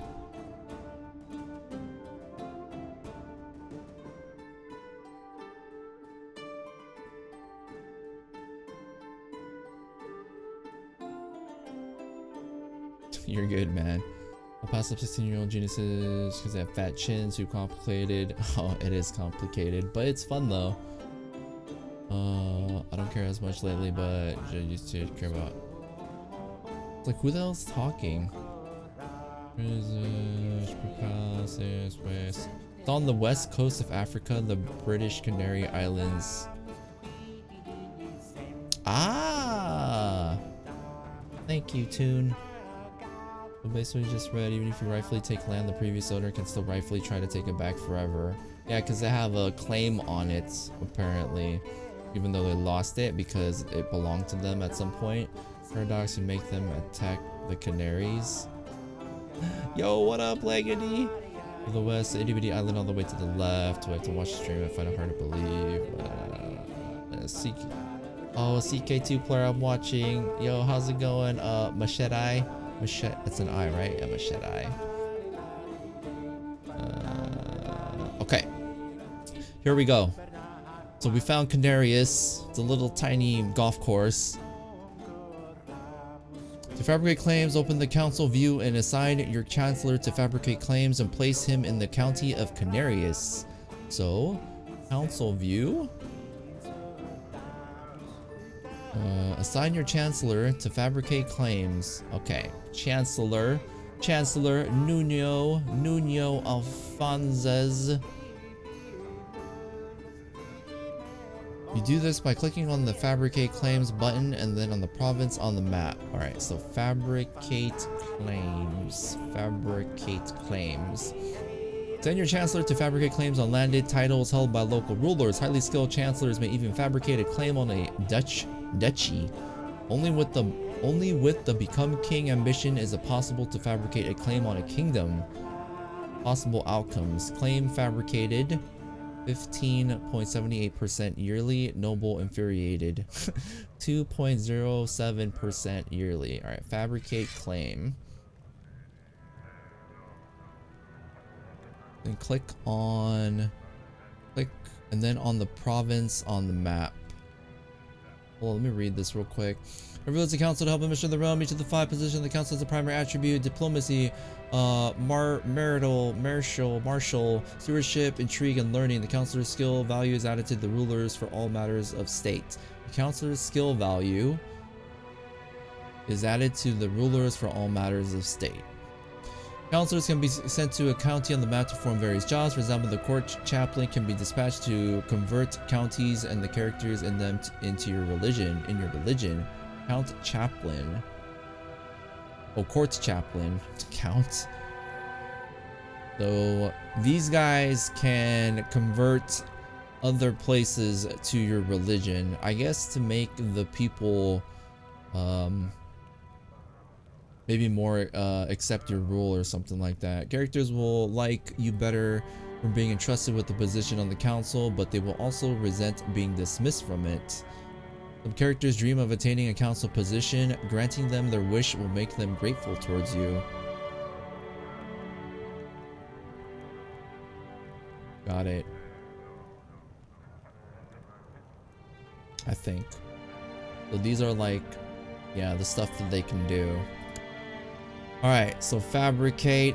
Did I click that already? Fabricate claim.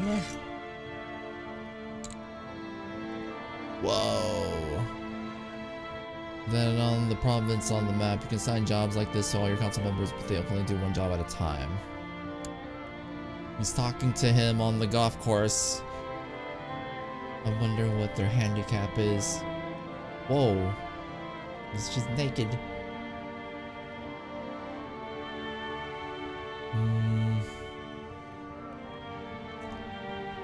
I didn't mean to chirp you. No, you're good. You're good. If something's bugging me, I'll let you know. Still don't know shit because everything's always 800 years out of date. Also, Canary's real illustrator's first to target. It changes? I'm good. I've been alone at home for 2 days. Parents finished paying for the holiday. Going for a ride tomorrow with a few friends of mine. Oh, nice. Just buy CQ2. One of us. The cells over there is that when a stream look into this Steam's look in this game, probably I already have it. Oh, nice. We can learn together. Assign the rest of your council while you're at it. Marshal train troops in your best territory. Steward collect taxes same place. Put your spy master steel technologies Constantinople and make your court chaplain research cultural tech in your capital. All right. I probably will do that, but I want to like. I know the tutorial is fairly linear, but I just want to follow it for now. But if the time calls, we'll do those things. Fate smiles upon me. My wife Roka is pregnant. Good job, Roka. Isn't that? Oh, I don't know if I'm having a boy yet. I guess so. We can do this now while they're playing golf, or not. My liege, my work in Canaria seems to have come to fruition. My bribing, cajoling, extorting, threatening, and forging documents. I've managed to fabricate a claim on the Dorn of Canarias, presently held by Chief Guanarigato of Canarias. I leave it up to you whether to use it or not. Your humble chancellor, Nuno de Armaya. Text is very small. Use it, let it go. Let it go. So Chief Guanagato, the cat, chief cat of Canarias, use it. Fate smiles upon you for the first time. Thanks. Thanks for the congratulations. I hope it's a boy. So congrats on your pregnancy. Appreciate it. I expect lots of presents. We make a court chaplain move relations with the Pope. The first babies possibly become infertile in this game. There's a couple ways you can be. Dude, that's crazy. Yes, they're homosexual. Homosexual. Stuff like your unit, you're castrated. Castrated? What? Celibate? Just do it, use it. Makes sense. If you crash it, there's 0%. Can't you adopt? You now have a claim and it's time to let slip the dogs of war. Click on Canarias province and right click the ruler portrait in the county view. Click on Canarias and right click the ruler portrait in the county view. Select. So we got this guy, Chief Gato of Canarias. He has no holdings. He is Arabic, Berber, pretty barren. So basically he does just own a golf course. Right click.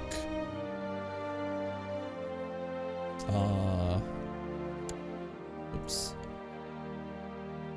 Select declare war in the posted menu and the claim Canarias Casus Belli. Send the war declaration. Alright, declare war. War is where men prove their mettle. Just make sure you are ready. Requirements. Not at war. Must have valid Casus Belli. Is independent. Holds none of your close relatives hostage. You're not bankrupt. Is not in a non-aggression pact with Chief Gato. Alright. Send. Declare war. Right? Yes. Declare war on a character. Claim Canarias. Fiefdom. Kingdom of Canarius. Alright, send. Your golf course belongs to me!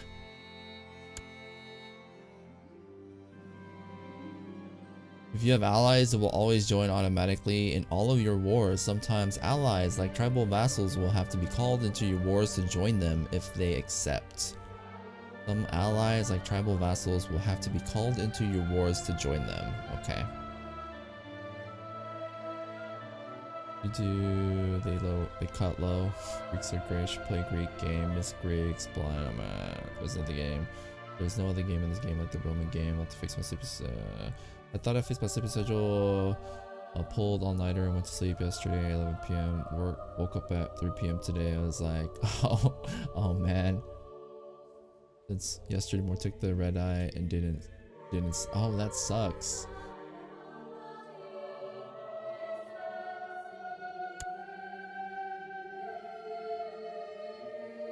This is his dude, right? So they have 901 troops. So if you're fighting an overseas enemy, you need to raise your fleet. In order to do this, you open the military views as you did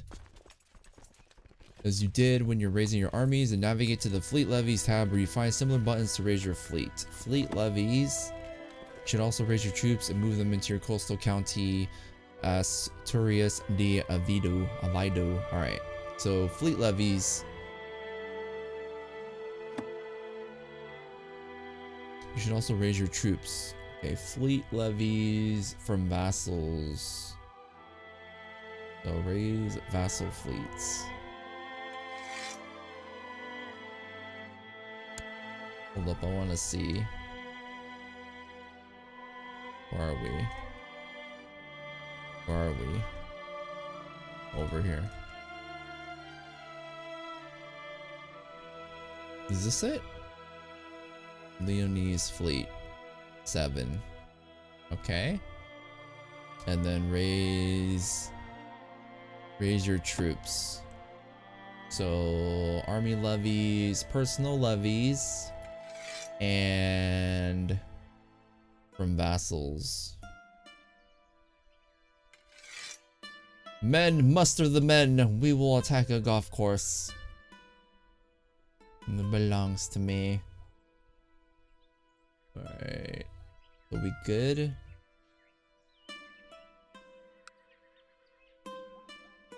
Then we need to move them to Asturias.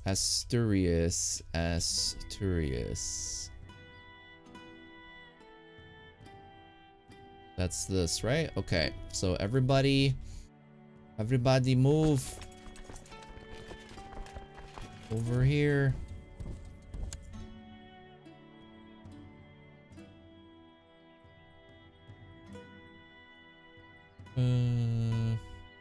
Prefer fleet levies troops rather than fleet domain. Prefer fleet levies troops rather than fleet domain troops. Did I do something else?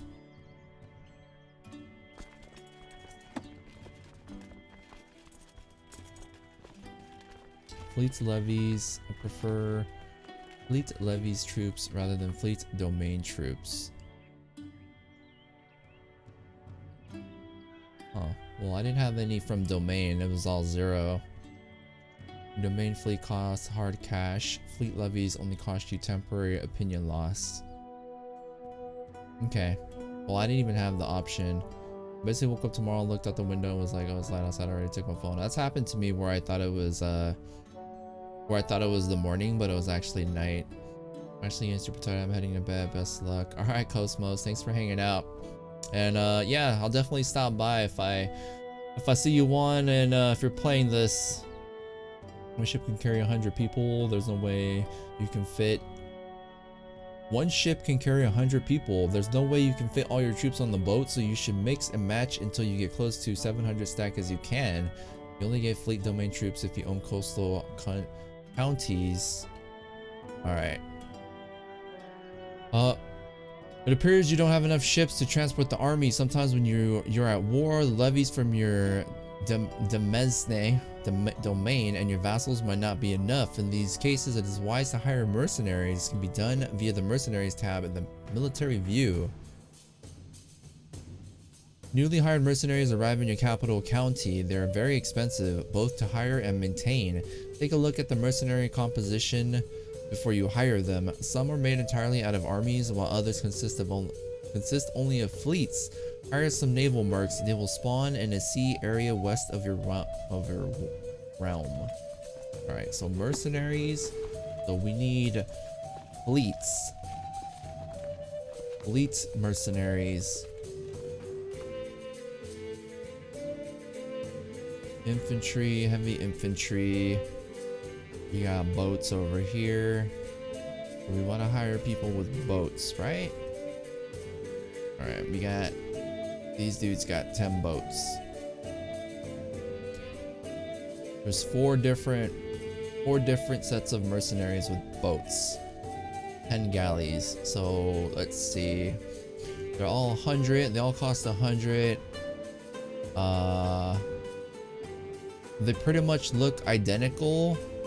Monthly cost is the same except for where they originate from. Just pick the dude who has the coolest name. Conrad, Luke Jan, Tidaldo, and Cornelio. We'll go with Cornelio. Hire the Adriatic galleys for 100 gold. They will arrive in a nearby Lyon. 100 gold, right? We have 21.99.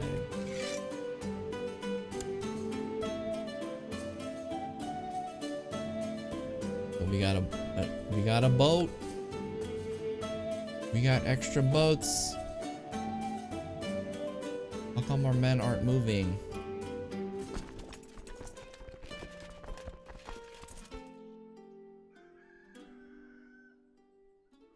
I was in the bathroom. Who is he warring with? With the golf course.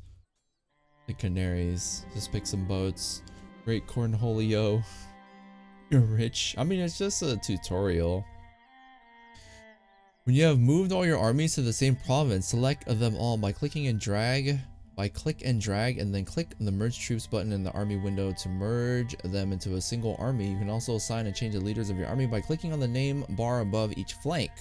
Also assign and change the leaders of your army by clicking on the name bar above each flank. E-leaders can help you win battles, but there's always a risk of them getting injured or even killed. So can y'all please move?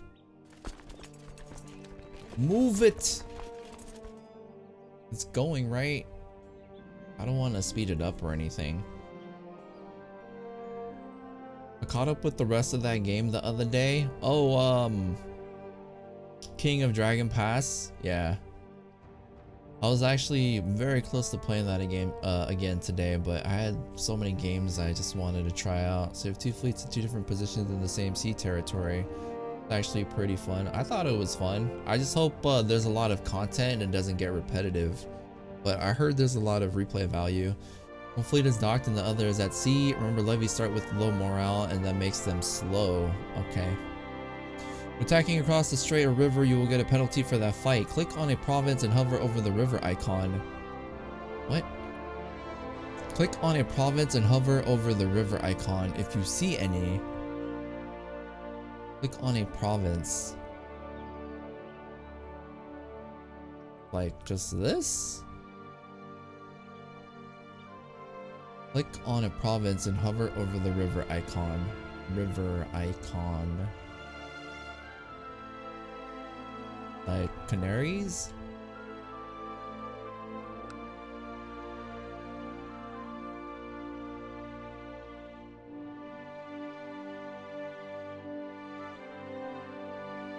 Click on province. Oh, like this river.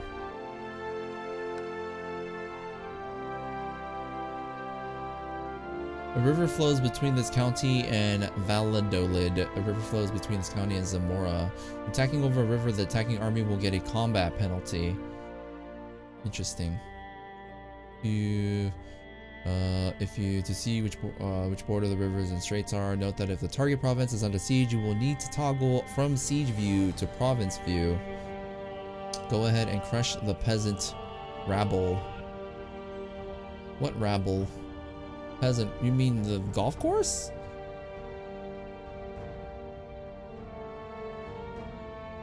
The river will be below the capital. Hold on the right wide. The river will be below the capital, holding on the right wide around where your hair is at on stream. Oh yeah, right here. Thanks for the directions.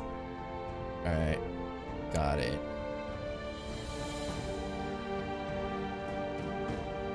Okay, so here is our target. We have laid a claim to this golf course. I believe their army consists of 901 troops.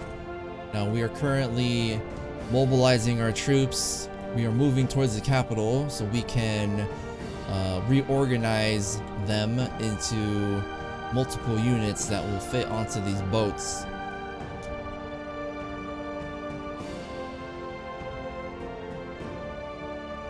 Also for the penalty, and of course you have to land on Canaries, and there's a penalty for attacking for coast as well. Figure stuff out fast. Half the time I explain something, you already got it on lock. Always helpful to have someone that knows the game though. Yeah, like I've met a lot of pretty like knowledgeable and very helpful people. Like I actually like the way you guys explain things. Most of the time it's like do this, do that. I'm like, dude, just please shut up. But this is like the way you're explaining it is as if you guys are advisors in the game. It's like general tips and helpfulness instead of like move this guy here, move this guy there, and click this button. Like, dude, I did not assign you to the council.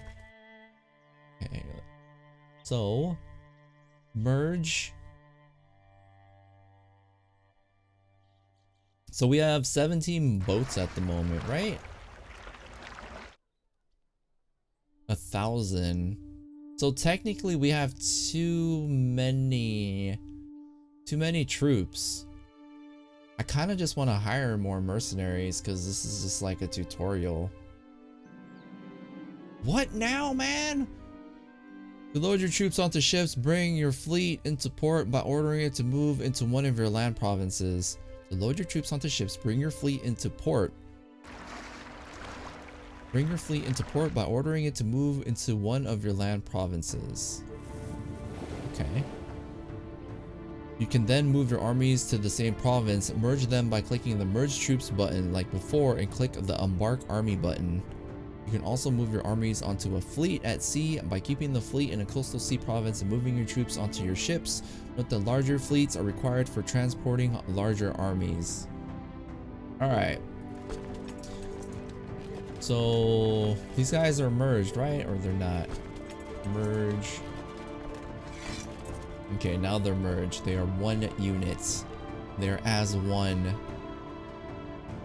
Alright, let's see. So we got Blaine is the commander, and then we have Diego and Alfonso on the left and right wing. I'm guessing this combat modifier is their strength. This modifies any flank led by this character. Flank. Modifies any flank led by this character. Light infantry. Disband, split in half. Okay. 27. That means I'd have to hire 2 sets of mercenaries. How much money do we have? Budget, let's do it. Military, give me more boats. I'm gonna send like the whole shebang. So we're gonna hire Hidalgo and Luckjan. Alright, now we got a shit ton of boats.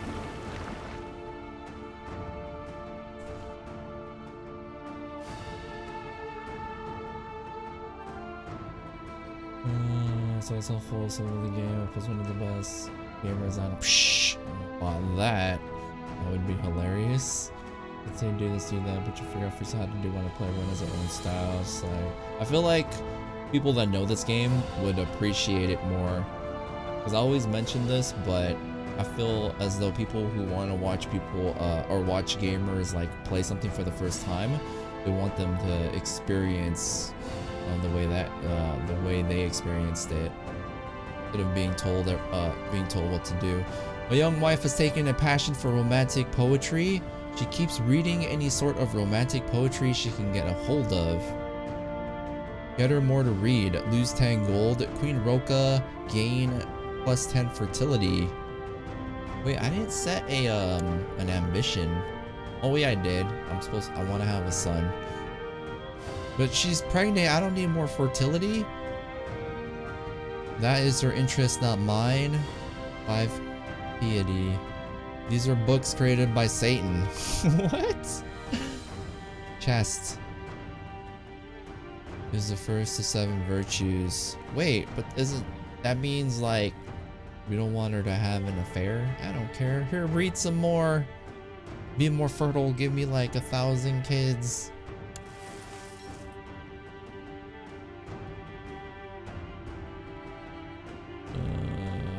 Wait.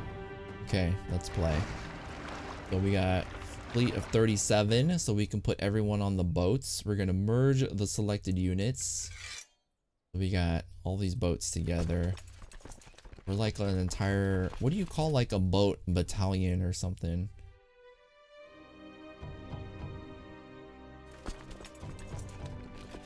How do I do it again?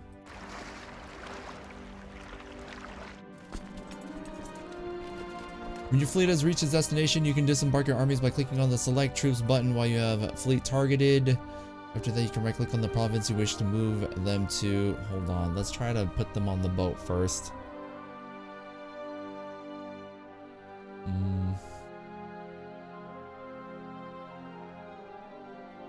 Hold on, I'm gonna silently read the chat because I missed a shit ton.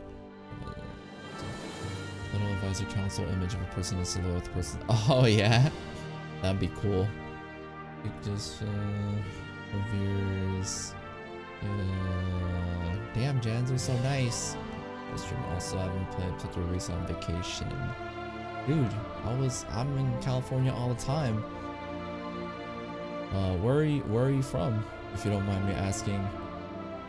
That's where you, oh, that is where you were. So many others structured by the Minecraft, Lego, Love Child, Stone Hearth. I actually have that on my wish list. It looks pretty fun. That game's been out for a while actually, but I think a big streamer played it and got people interested. But I like the fact that there's like procedurally generated stuff. Place to get to stream. Martial scores, magnifying glass. It's okay in other corners and those traits. For example, I'm gonna take an 8 martial with brave, then 14 with nothing. Okay. All the fertility, keep them coming. Get those kind of books out there. Don't need those Christmas stories. Botalion, baby factory. Hey, what's up with Toos? This is the board button. It's on the army around the same place you click the merge troops. Embark. Ooh, okay, here we go. Let me read the rest. Button at the top, it's a V by default. Kimbaya's Army of Flame from Halifax. Whoa, Canada. Canada, eh? I was visiting Redwood City just outside. Oh, nice. I used to work there. I'm actually from the Bay Area, but I live in SoCal. Okay.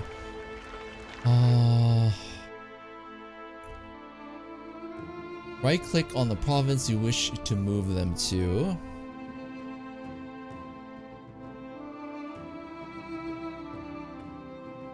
To land right in the middle of the golf course, or not.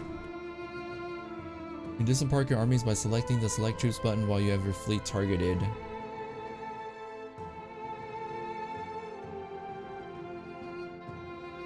What? Click to select troops. Wait. When your fleet has reached its destination. Okay, we have to move there, right? I already have it selected.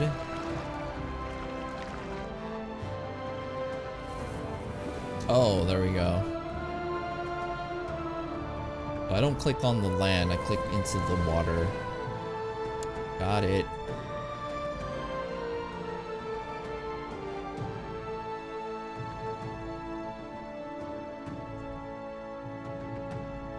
$37. Can't believe there's 3,700 troops on this one boat.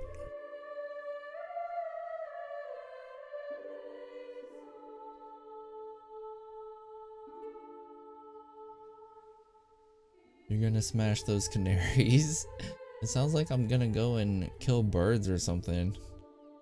That's good. Birds are assholes anyways. If you import this to EU4, you've got a leg up on colonization, but that's in the future. I didn't know you could do that. I heard EU has more emphasis on, like, less on people and more on the management of everything else, whereas Crusader Kings, there's more focus on the the people and the dynasties and the relationships and all that other good stuff. Come on, we gonna go kill the birds. They've been pooping on the golf course. I know I'm like beating the golf course thing to death, but it literally looks like a golf course.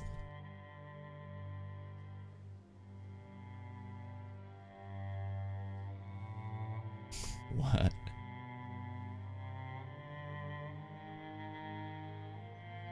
Alright, we're here. You think they noticed our boat? So click on troops on board and then just move them. Here we go. 36, I think we got 3498 versus 900.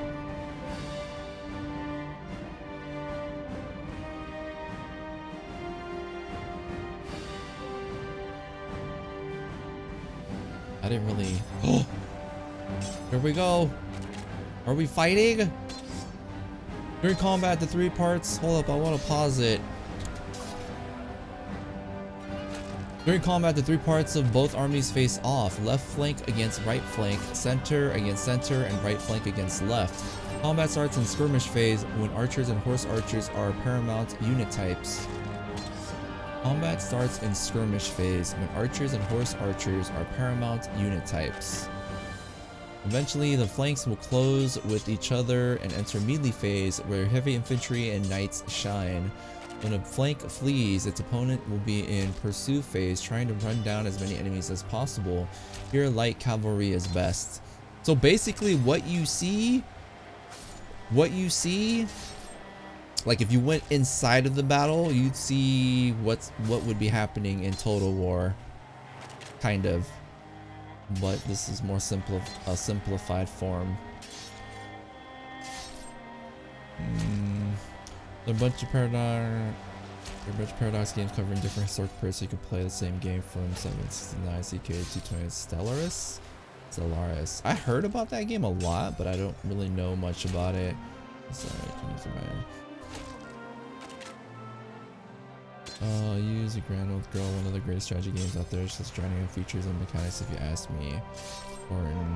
Pause for a sec. And mouse over everything in the combat window. Pay attention to the bow and arrow that's volley firing if you got that right, and it should. Pay attention to the bow and arrow that's volley firing. Okay, so this is the enemy. Wilaya of Gran Canaria.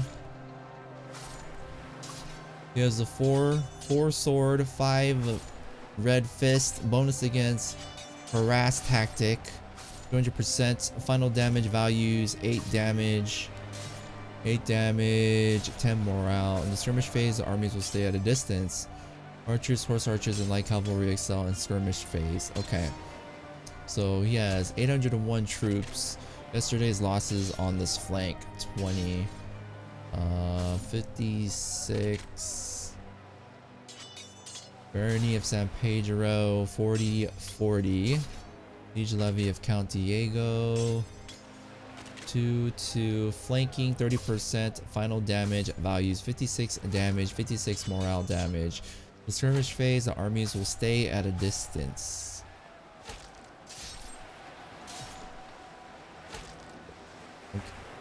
These basically say the same exact thing. Wait, no, final damage is different. 43, 43. This is 56, 56. And this one has no flanking attribute because it's not on a flank. 10, 10.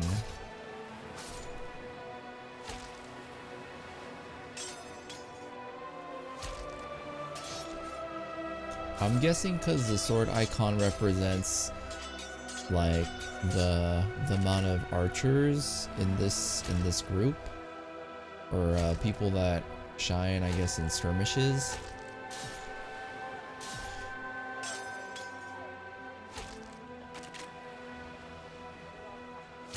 It should show you the percent rate for the next tactic. Flanking, right? Takes away the micro, the total war battles focus in the grander stage. There are still levels in micro from commander selection to commander control, just not total war level. And notice that the arrow is just above that. The little horse with the yellow section slowly growing. The little horse with the yellow section slowly growing. The little horse with the yellow section. The little horse.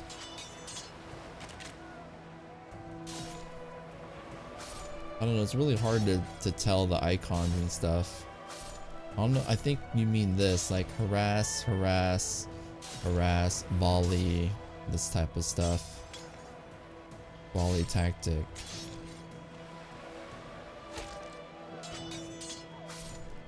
Sword's physical damage, it kills units. A fist is morale damage and hurts feelings. If you yell enough mean names, you can make them cry. Battles are usually won by breaking morale.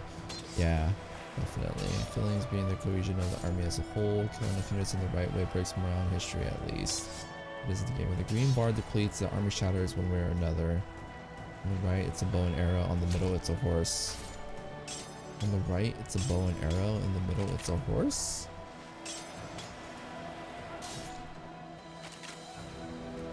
I see this. Arrow, shield, and horse. Alright, let's unpause. The bottom of the tooltip, it says next tactic change X days. 13 days tactics change. I guess it randomly picks from that list, maybe? And those are the percentages. Alright, I unpaused it. Shield wall, volley tactic. This is the damage they're doing, right? This is how much damage he's taking, and this is how much damage we're taking. Ooh, whoop their butts. Wait! Oh, it's paused. You have a new error. If your character dies now, you will play as Sancha. No, I wanted a son. You will play as Sancha Alphonse's, your daughter. Opinion of me 15. We had a daughter.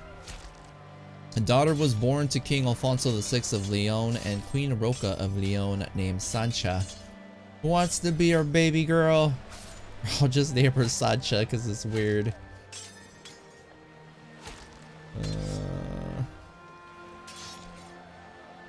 You can metagame. You can metagame and chance the percent tactics to have high benefits and low negatives by changing unit composition. Sounds very complicated. You had a baby, the first baby of many. Difficult to manage in vanilla, mostly deals with mercs, but if you have DLC, you can form standing armies and specifically choose a unit composition and make it so that you have super high chance to fire good tactics. Okay. Alright, we're just gonna name her Sancha, because I don't, you know, maybe you don't want to be my baby daughter. So Sancha it is.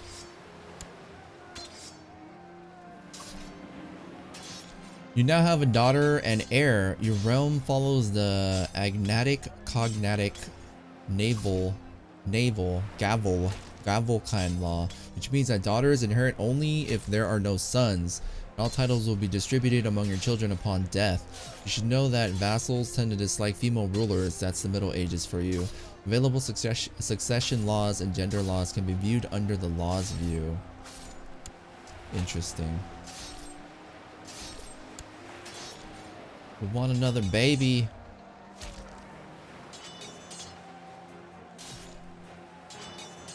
Are they fighting? Yeah, they are. We started with 3,700, right? What is all this? So many windows. Babies and the raising of them is as important a matter as war. Different banner traits can also change a percentage. Tactic traits like Lisp or Shy can fire bad tactics. Traits like Brave or Genius can proc good tactics. Not so much at age 0. Siege view. The length of a siege is mainly determined by the fort level of the holding, the number of defenders, and the number of besiegers. If the besiegers have fewer troops than the defenders, the siege will be ineffective. If the besiegers have fewer troops than the defenders. Siege ends when the morale of the defenders reaches 0 or the attacker leaves or are driven off. Okay, so this is us. This is the defenders. We have more troops than them. Morale is at 47.6, plus 8.4 a week, and they get negative 4.9 every 12 days. All right, I'm gonna disable this. Seems pretty self-explanatory. When your army stop and enemy lands, they will start to besiege enemy holdings. Any enemy holdings. In order to fully occupy a province, you will need to take every holding in that province. In order to fully occupy a province, you will need to take every holding in that province. Winning a siege takes time, and attacking forces need to be larger than the defending garrison. The more the attackers outnumber the defenders, the faster the siege will be. The fort level of the settlement will also affect the time it will take the siege. The fort level of the settlement. What is the fort level?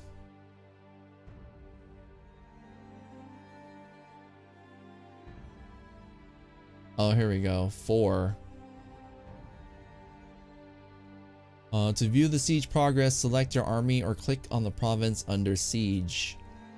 Alright, Battle of Gran Canaria was 1 victory against the nameless foe. Prestige gained, change in war score, piety gained in battle, piety, PD, military technology points, 0.2, casualties. We lost 29 troops and they lost 448. Survivors. We barely lost anybody. Okay. So this is a siege battle.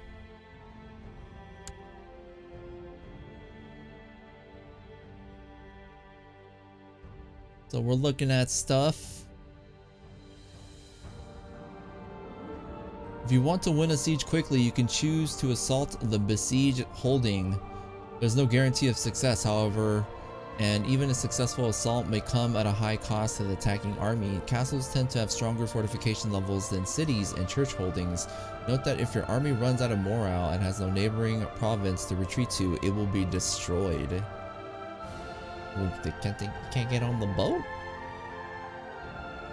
Or show up to that. Random events. Wait, hold on.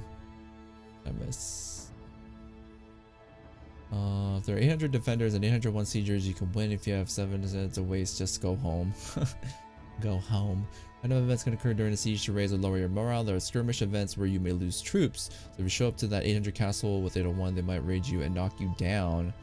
Got it. So you should have like a buffer. Leaderless sieges used to avoid those. Leaderless sieges used to avoid those events. I don't know if it's still true. I've meant to test it. I just gotta look. It appears that you may be over the supply limit for the Canary Islands. Welcome to a crash course in attrition. Am I? Hold on. The holding view. This view shows details about a holding and allows you to owner to build various improvements. Collection of holdings held by the same character. I've read this for the most part. It's gonna close it though. So the supply. This is not where you see it. I don't want to see the siege. I want to see the province. How do I do that? Oh, toggle. Supply is 2.2k, so we're over, right? 2 point, is that right? Yeah, it's 2.2, not 22k.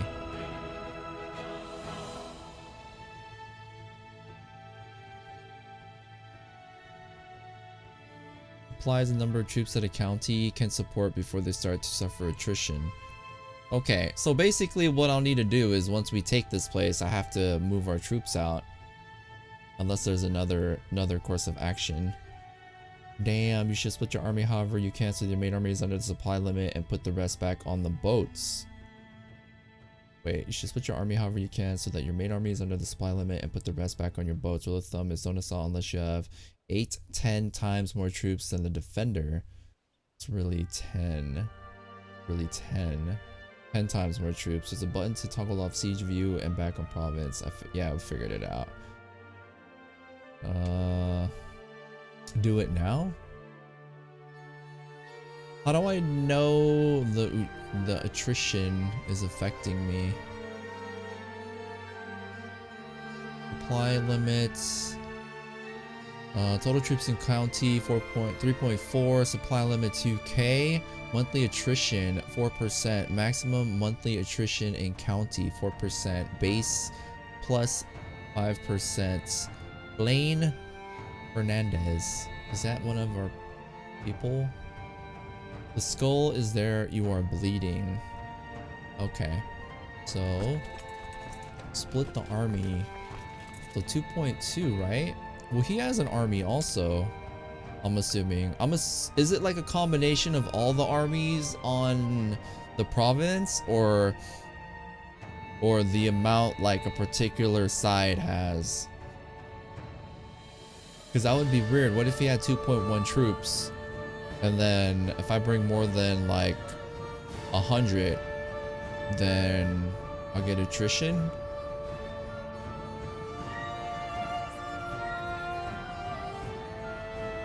It's on the first of every month, and you can lose a lot of troops. It won't affect this battle, but it will weaken you, and your neighbors back in Spain may think you look like easy prey.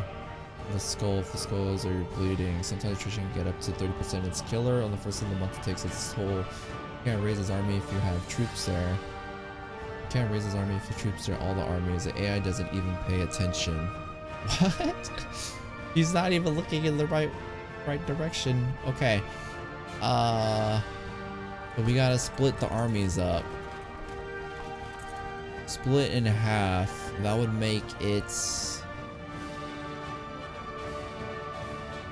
That means, what is that? 1735. So we'd have a tiny bit more. Can you like? Is there a way to do it so you can like split it manually?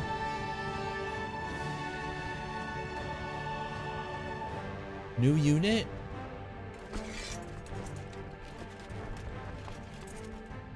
Army of Mayor Gonzalo.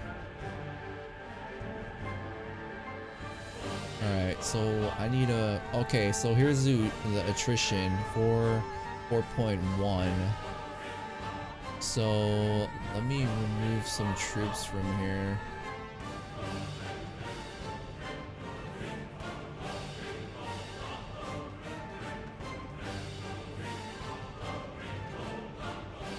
Whoa.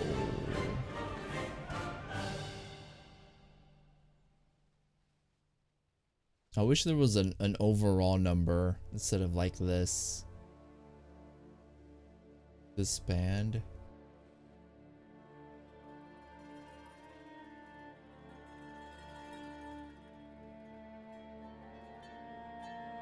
Alright, we'll do that.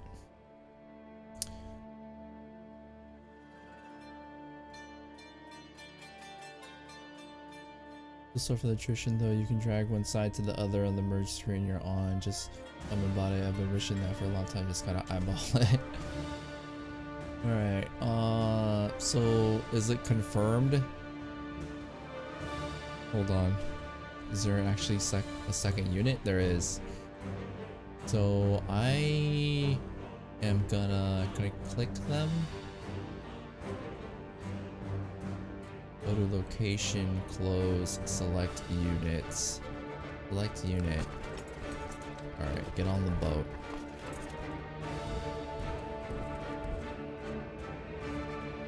And I think we're good, right? Assault the besieged holding. We don't have 10k troops, so we shouldn't do that. So no assaults. So constant of strong fortification. Is this a castle, right? How do I know what type of building it is? It looks like a castle. It says castle fortifications and stuff. It looks like a castle, so we'll say that's a castle. Cities and church holding. All right, get on the boat.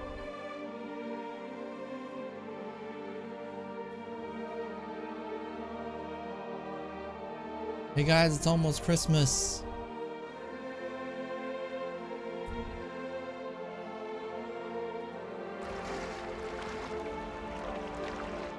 We're good. No more attrition. 0%.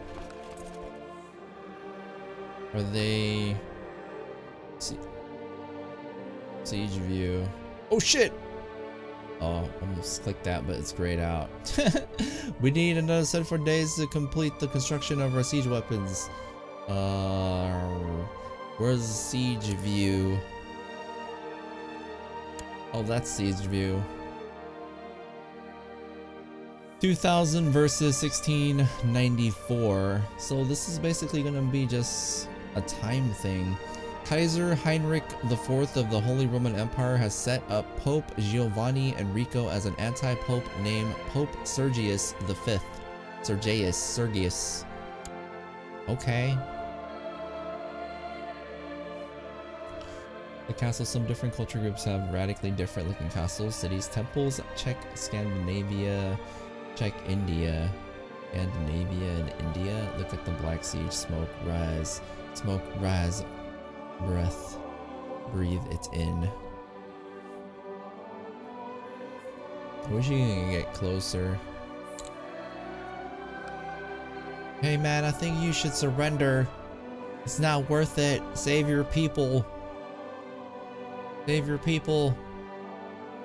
I'll give you a seat. I'll give you I'll employ you to the golf course. You can be a cashier.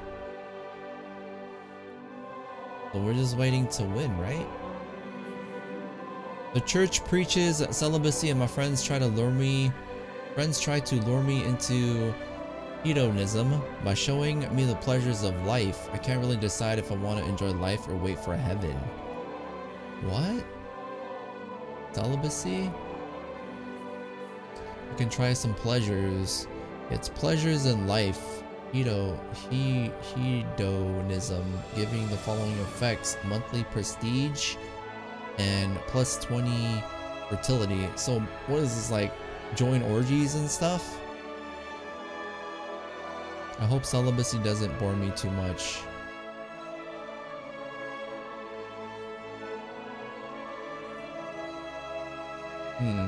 But my wife though, what's her name? Roka? the chocolate.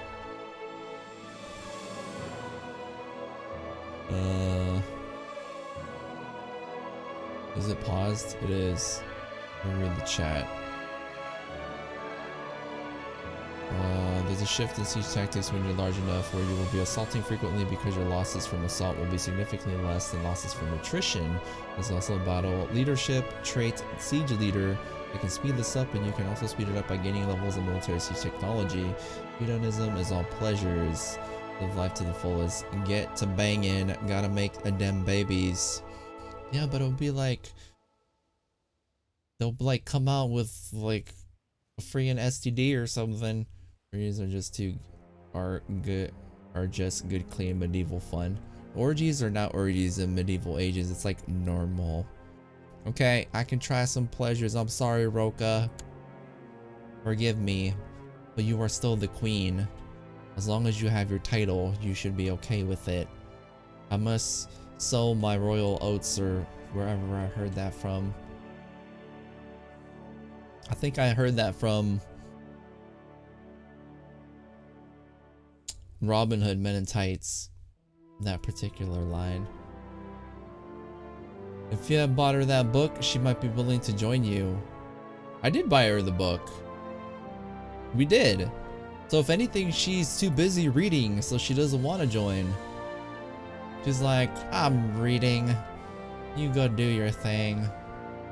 I'm banging a book. You can bang it out. Banging people. Did I return the mercenaries? But the only thing is, I won't be able to return if I don't have boats. Right?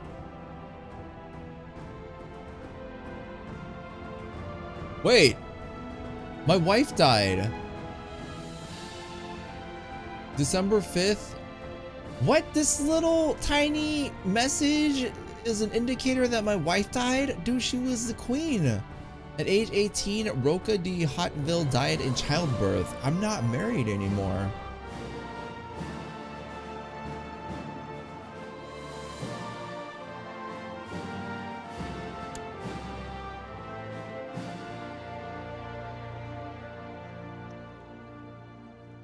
She is dead! She has a skull. When did I buy her the book? She was reading while she's pregnant.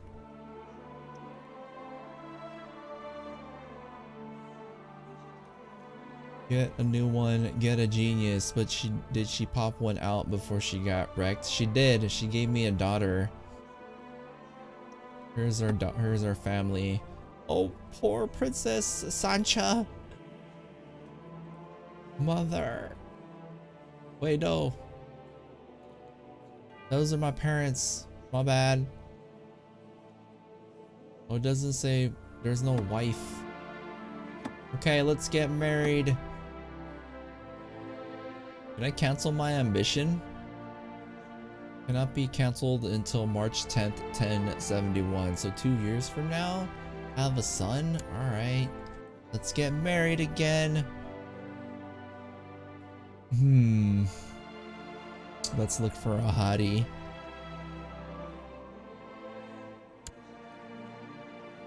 Damn, she's 39. Her husband died. Natural death, please. You know that she murdered him.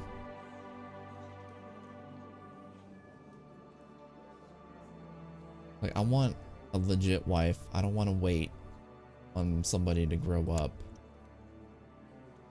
Ragna? Ragna or Mrs. Doubtfire, Mrs. Datter. She's 17.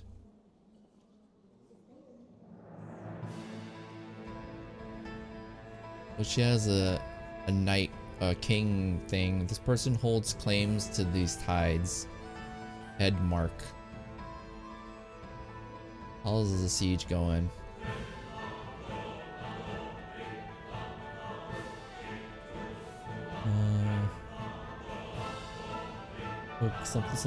Something 50 shades of something. Details to get a new one. Strong wife, baby wrecked her down low. She never recovered. Ambitions are tricky. Some of them, if you cancel them, you can't get them again. It's just usually you want to fulfill as many ambitions as you can. Oh god, no, not her. The chids, yuck, gross. Ragna Fatchid. She can. Wait, does she actually have a chin thing? She's a slothful. She's sloth. The character is shockingly lazy. Acedia, the fourth deadly sin is an altogether negative trait. Content. Scholarly theologian? Wrath. What is wrath? The fifth deadly sin is wrath. This character certainly has a hot temper. Oh hell no. But she's kind. You probably drop 2 kids. Boom boom boom. You're a Adonis, so kind of goes hand in hand. Portraits are generic. Still, I want to believe that's what she really looks like, you know? 28. How old are we? We're 29. She's a year younger than us. What does she do? She is dutiful. She's a cleric. Envious. Trusting. Honest. And just. She sounds very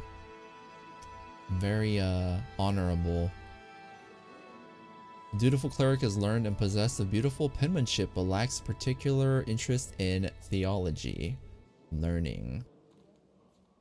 Alright, we're going with Chamoa. County of Castello Branco. Weak claim on the county of Castello. House de Sousa. Alright, let's get married. Arranged marriage. Dude, my wife just passed like 6 months ago. Whoa!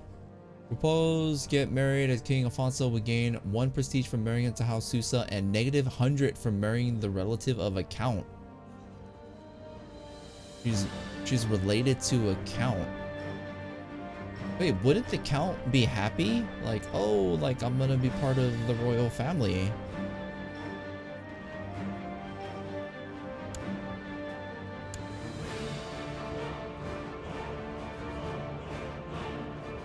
At court. I don't get it. She's related. She's a hot-tempered kind of sloth. To marry a faction woman, your children will have fat chins, not generic. Genetic. Oh, genetic. Chamoa has a good chin on the select a spouse window. Search field. Why don't you type strong into the field and see what you get? Strong hands. Look for that. Strong or lustful content. Search around. Strong. Hold on. I want to pause it because how long does the siege take? Oh, they're about to lose. All right. We gotta pause it. We gotta focus on finding a wife. You guys can help me find a wife. Select a spouse window. All right. Select a spouse window. Strong. There's only one, and she's 0. Only you can have a kid with someone that's 0. That's kind of, yeah, genetically that doesn't work.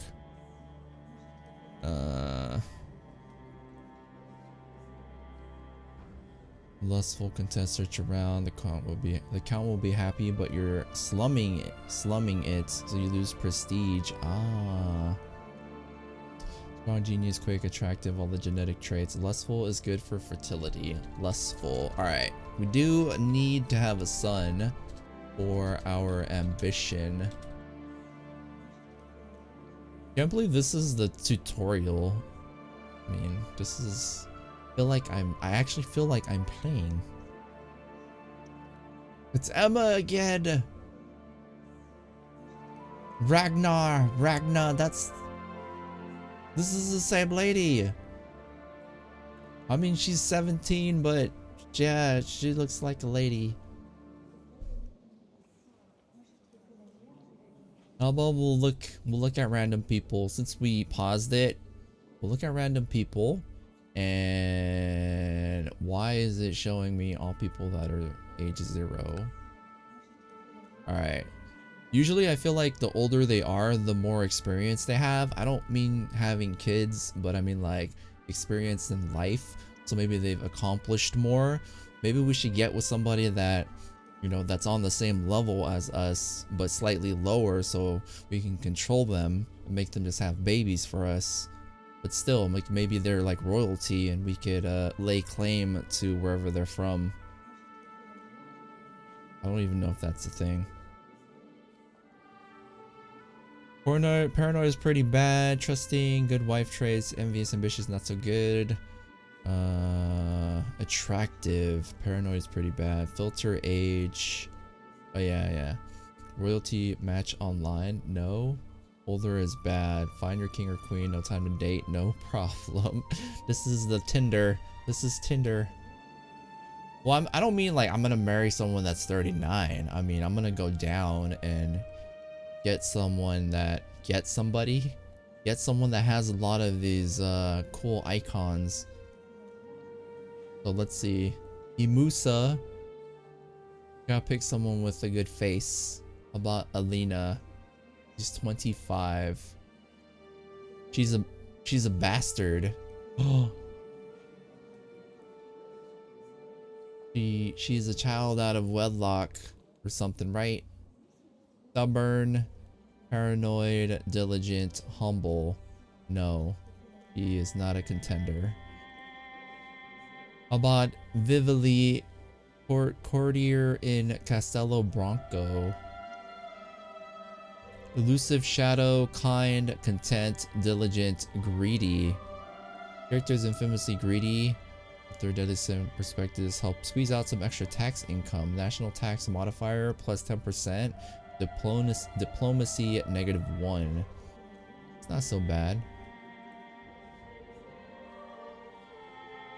She wants to get married. She has a little heart icon. For those bad, younger the better, and wives. Also select a spouse window gives people with claims. You could go to the character search and have an even better look around. That's okay. I'd rather, like, the less I know, like the bigger the pool, the harder it is to let's not say pool. The bigger the ocean, the harder it is to find the specific fish you want. But you have less options, of course.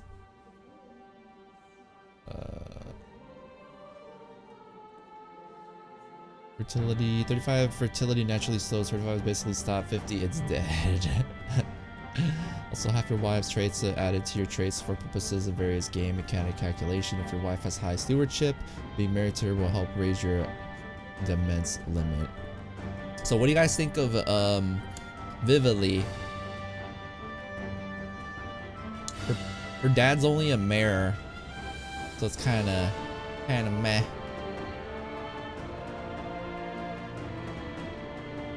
Well, these people have crowns, but she's 27. She wants to get married too.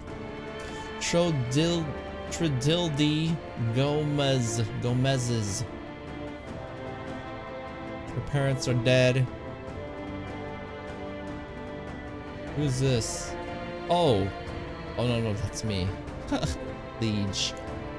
Her liege is a count.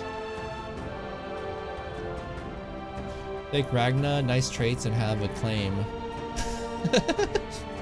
Have some marriage for you. Don't marry anyone with a fat chin. Don't marry any of those scumbag car league fuckers. And as long as you follow those rules, anyone you pick is a good choice. I'm picky, guys.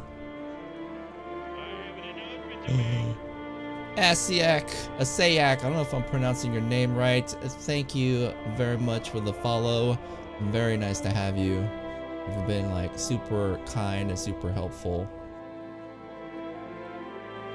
Alright, Ragna. No. She has a claim, but I don't care. She's not my type. Alright. Who's this? You don't want to get married. We got Usenda. Her parents are, her dad's a mayor. Cruel, paranoid, nope. Onega, her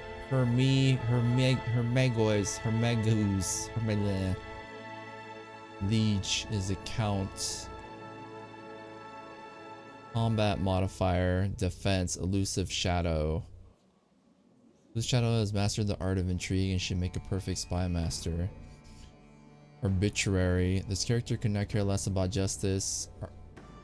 Character flaw that is not appreciated by vassals and courtiers. Envious, charitable, trusting, patient. Oh, this number is the line of succession. Okay. She's number 3 on the... No, wait. No? Wait, what is this number? With the learning skill... Oh, learning skill. Line of succession. Oh, for her county.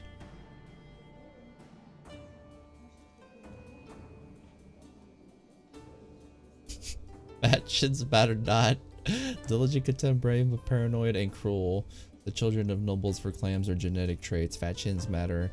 Asiak, what are you teaching this guy? Fetching is the worst thing in the game. Just pick one. I'm picky, man. Alright, I think I want to go with Vivili.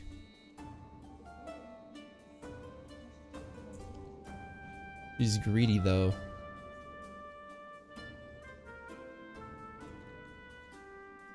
Alright, we're going with her.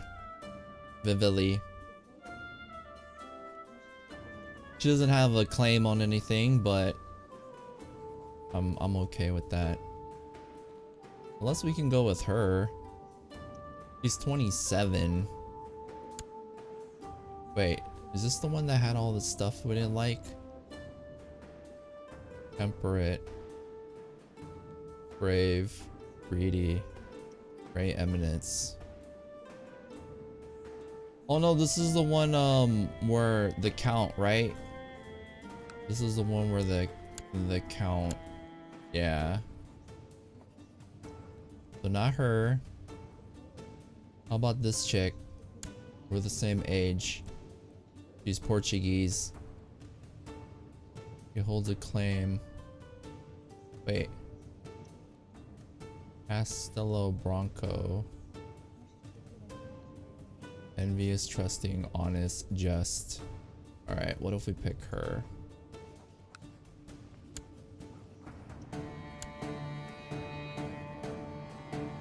Oh, Susa. Same situation. And that chick's too old. Alright, we'll go with the OG, Vivili. I hope I don't have the same problem with her. -300? 0 prestige for marrying into House de Ribaduro and -300 for marrying a courtier. What? I'm sad now. What is this? What's out with fetchins? We started to chase them. We cared about fetchins. All the great things was care about this game. It's part of the game.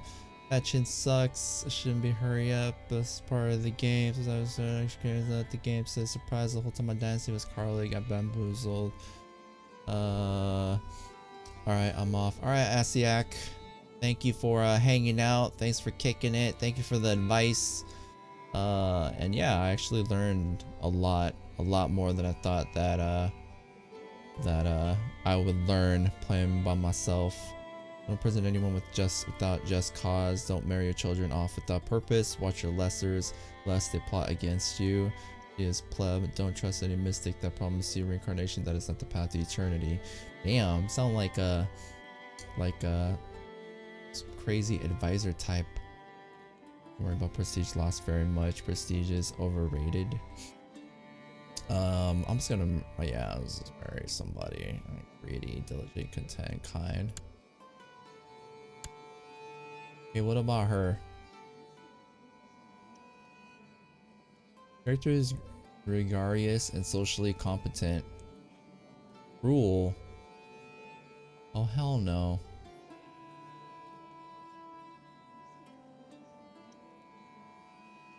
Tough soldier. Oh, she's the bastard. The Susa. Too old. Why does it seem like Ragna is like my only choice? But she's a sloth.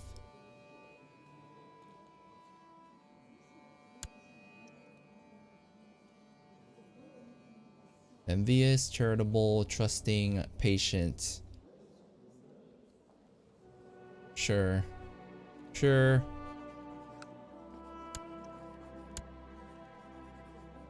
Oh, that's, wait, was this the chick I just picked? Sorry. Alright, who's this? Rule? No. Alright. I'm sorry, we're picking Ragna. Dude, this is like nobody else. No, she's a sloth. Fuck. Alright, where's the character search thing?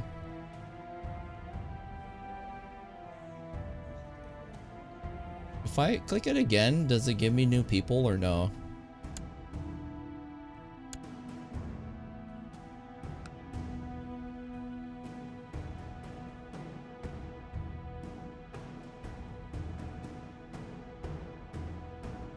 It's the same people.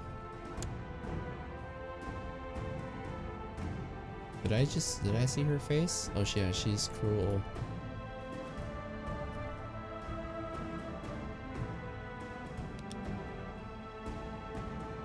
Okay. Don't worry about the keyboard.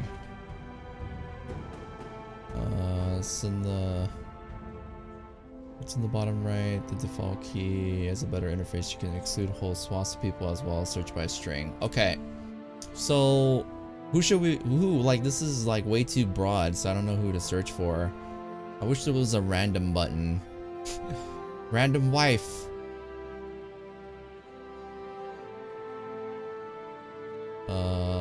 Adults, yes. Great house. Any. Married, no. Prison, no. Gender, both women. What happened?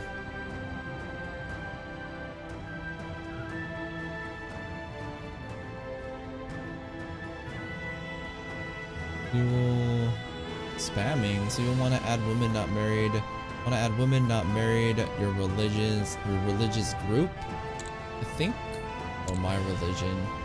And the in check, strong, genius, attractive, quick. That makes things easier to find people, so I will put those. So, and the check, in check. What do you mean? And then check, strong, genius, attractive, quick. How do I do that? How do I check it?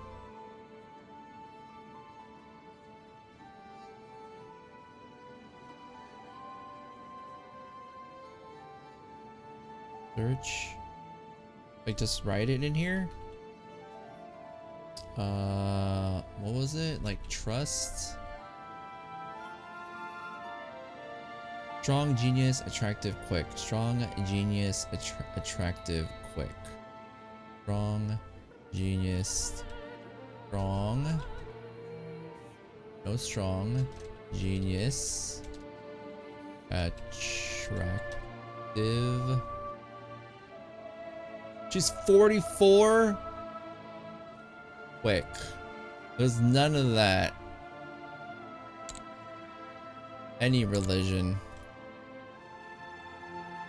Strong.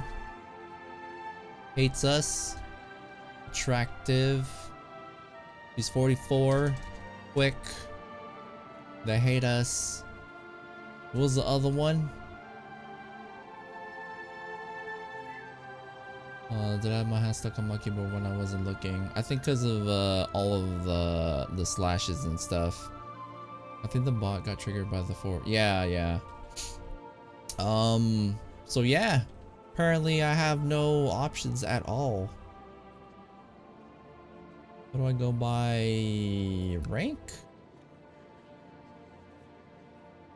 Someone with a decent opinion of us. 16. Hungarian. He's a courtier. We need to marry somebody with some type of rank. How do I do that? Culture. Great house. Yes. Maria. 69! God damn.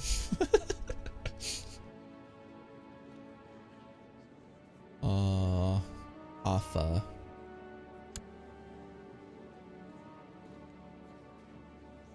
What does she do? What do you do? Skilled, tactician, diligent, gluttonous, craven, zealous. What is craven? Character is a craven and a coward.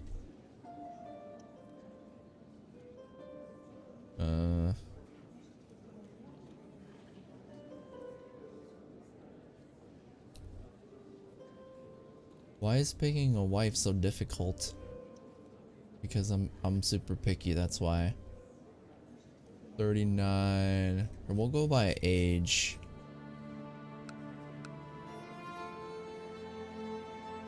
Okay. 30-year princess. Byzantine Empire.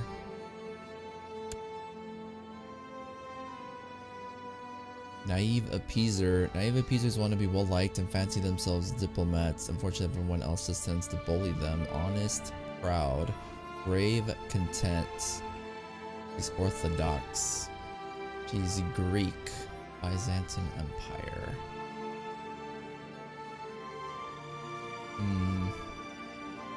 She thinks very low of us.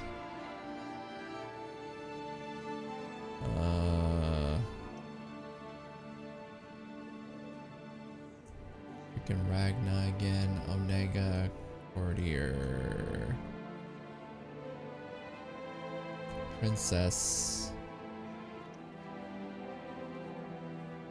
Would not accept an invitation in our court. She's German. Scholarly. Celibate. Whoa, fertility -1,000? Proud, paranoid. Don't want to have kids.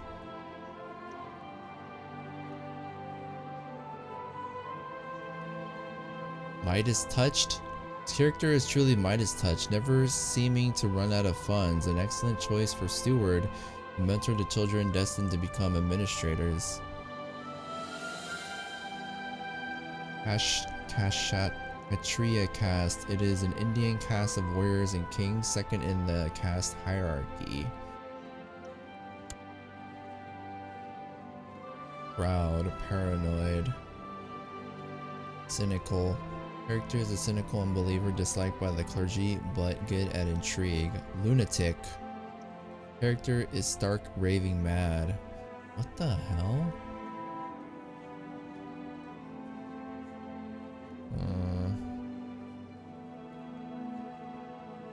Courtier.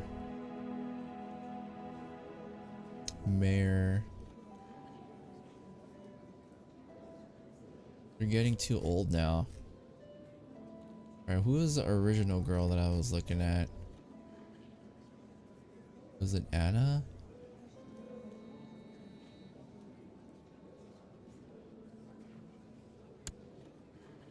She looks so young. Okay. She gets bullied, but whatever. Our relationship is pretty bad with her, but I don't know if that affects arranged marriage. 18 prestige from marrying into House Ducas, and 100 from marrying the relative of a Basilius. Sure. How come I can't send? Basilius will not accept your offer. How do I make them accept? What if I send a gift to her? Sending an expensive gift to characters will improve their opinion of you by an amount depending on your state. Oh, but the ruler won't accept it. So I gotta build my relationship with him. All of this just to marry this chick?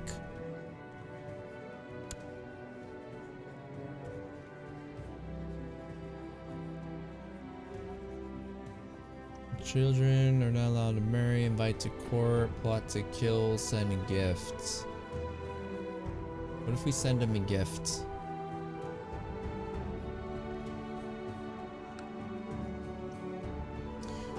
With 15 to Princess Anna. Wait, what? No.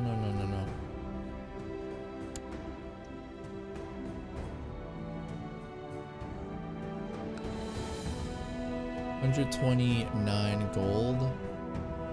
Increases opinion by 50. All right. We sent gold. All right. How do I like tag her? How do I what is the thing they do, like favorite, you know, like on Tinder? I don't know personally, but Somebody told me that depending on which way you swipe is like you favorite them. How do I do that in this? How do I favorite her? She's a Wikipedia link? What?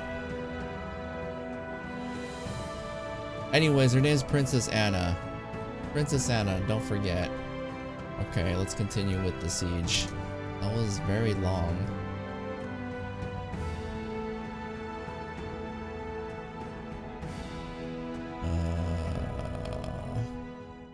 They're fighting, right?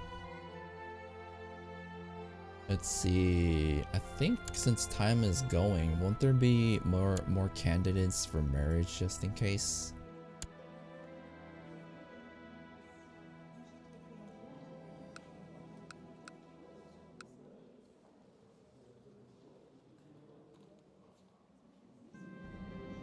When offering peace, you have 3 possible options to choose from. You can either surrender, offer white peace, or enforce demands.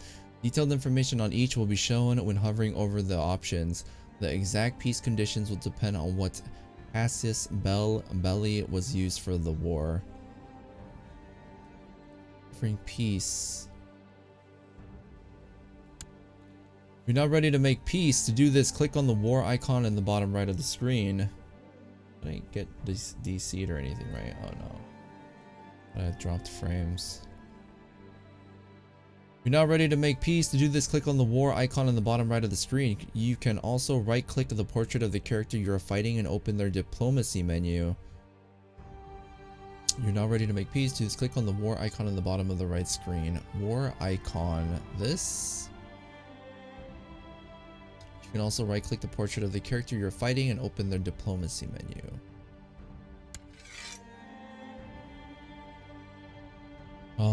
Battles 46%, occupation 100. That's me. War score 100%. Leonese claim on Canarius War. Contested title Sheikdom of Canarius. Chief Gato's contribution. What if I don't want to offer peace? How do I capture them?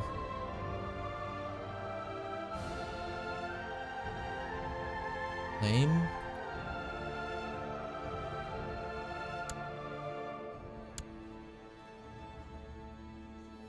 Victory. Left as garrison. Okay. Alright, offer peace. Offer peace to a character. Enforce demands. King Alfonso of Leon gains the Sheikdom of Canarius. King Alfonso gain 100 prestige from war contribution. Chief Gato lose 100. Offer white peace. Lose 100 prestige. Gain 100 prestige. Surrender. I lose prestige. Pays 248 gold to chief. I pay? I'm surrendering? Why would I surrender? I'm winning.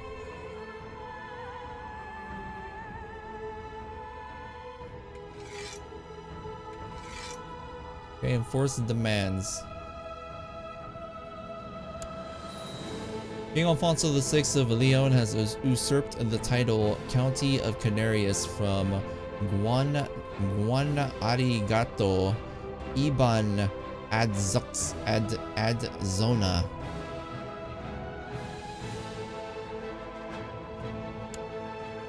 Okay. Leonese claim on Canarius War has ended. King Alfonso VI of Leon won. Woo! Now that the war is over, you can dismiss your mercenaries and levies again. Find a new target for expansion and consider placing your chancellor there to fabricate claims. You can also use the Holy War casus belli against your Muslim neighbors. The latter can be a bit more risky since any ruler of the opposing religion might join your enemy in the war. My neighbors? We're up here, right?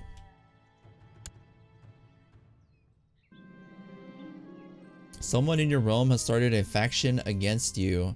You can see this faction as leader and any other members in the faction's view. Some faction members might consider leaving a faction if their opinion of you is increased, but in many cases, you might need to get rid of them in some other way. Princess Yuraka of Castile. My sister started a faction?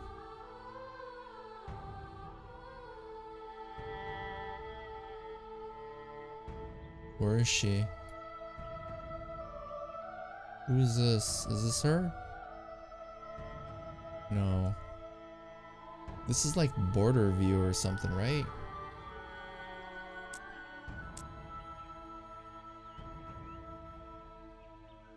Well, that's not our people.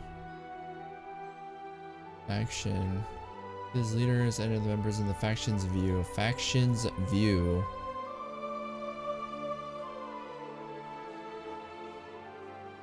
Here you can see an overview of the factions active within your realm. Vassals will create factions against their liege with a specific goal in mind, such as lowering crown authority or placing a pretender on the throne. Other vassals may then join the faction if they agree with its stated goal. Once a faction becomes powerful enough, its members will present their liege with an ultimatum.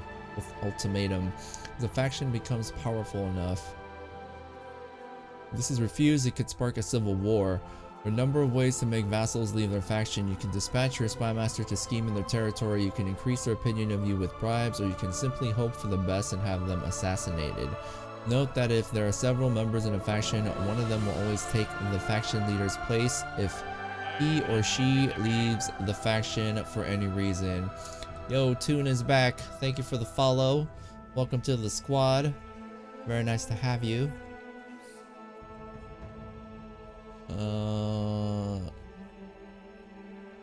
Wait. Assassinated. Several members take the faction leader's place, or if she leaves the faction for any reason. The upper section of the screen lists the factions that your vassals have formed against you, their liege. If you have a liege of your own, the lower section will show the factions that you or your fellow vassals have formed. Okay, so we got... This is the one that just got formed. There's two factions. Leader? Claimant?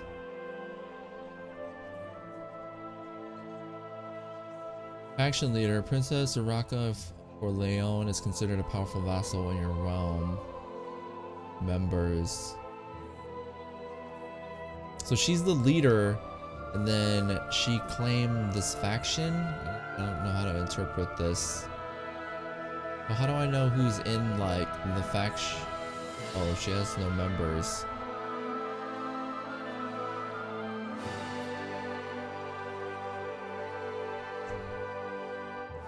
In prison.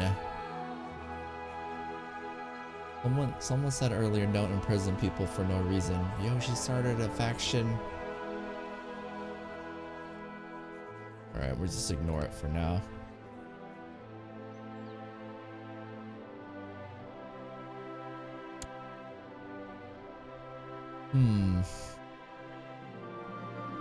Steward Mayor Gonzalo wants to hire ruffians to bully the peasants who are not paying their taxes. Anyway is good as long as money is entering the treasury. 12.41 gold. Canaries gets the peasants are upset until October 1st, 1070. Given the following effects: local revolt risk plus 1.5%. Prevent him doing any harm even if I will get less tax. Steward Mayor Gonzalo is hindered to hire ruffians. Only 12 gold?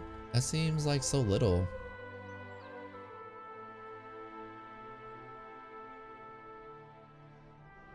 Nah, we don't want them to bully the peasants, but do peasants need to pay taxes too? 1.5% is kind of low also. Do it. Give me the money. All right, we gotta Get our levies, disband our levies. Dismiss.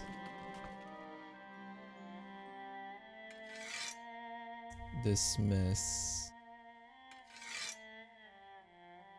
And fleet levies. Dismiss. Realm levy. Dismiss hired fleets.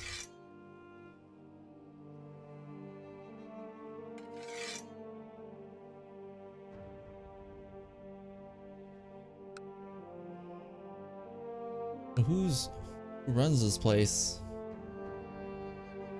Should I like grant it to somebody or something? New administration, local tax modifier 30%, levy reinforcement rate 70, minus 70%. Expires in like 30 years.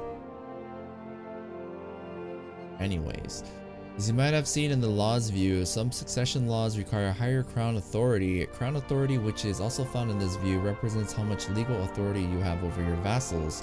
Crown laws such as this one, indicated by the crown icon next to its name, can only be changed once per ruler. Crown laws such as this one, indicated by the crown icon next to its name. Alright. Can only be changed once per ruler. Crown authority can also only be changed one step at a time. Laws. Succession laws. Inheritance. History allows you to change the laws of your demesne. There are two main types of laws: succession laws and regular laws. Succession laws determine who the rightful heir is. Regular laws concern matters of governance. Succession laws are difficult to change because different succession laws completely alter the dynamic of the game. Different groups of people will tend to like or dislike different succession laws depending on how it affects their chances of succeeding. Kingdoms and empires have access to a special set of laws called crown laws. Crown laws, these affect all de jure vassals, not just those who are de facto part of the realm. However, infidels and heretics outside the de facto realm remain unaffected.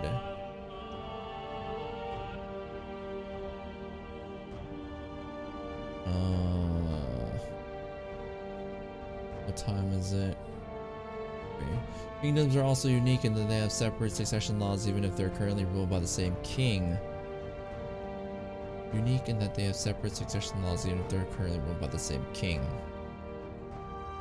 Therefore, United Kingdoms might well split up and once more be ruled by two different characters when the old king dies.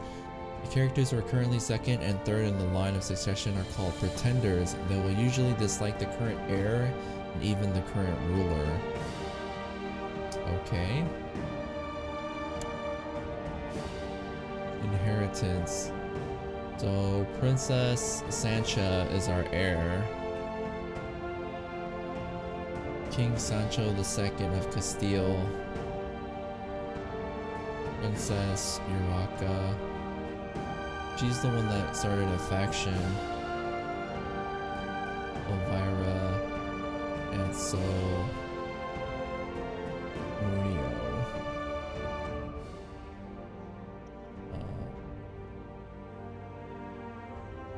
The males can inherit. I can't do any of this stuff. Realm, authority.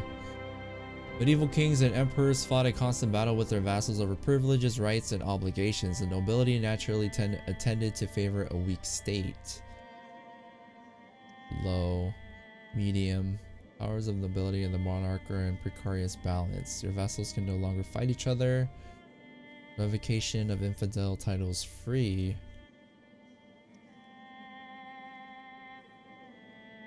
Oh, we're giving... Vassals enjoy a very large degree of autonomy, but I provide the liege with a fairly substantial portion of the levies.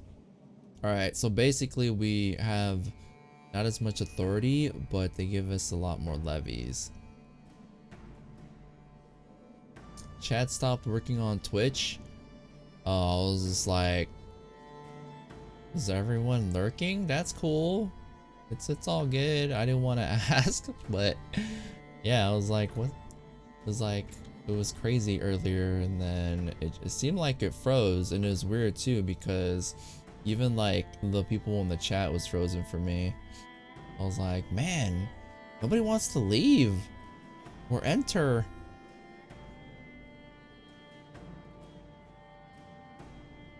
So it's broken. What the hell? Sorry guys, if you guys are still here, I don't know like who's here or if you guys said anything. Apparently the chat is completely broken.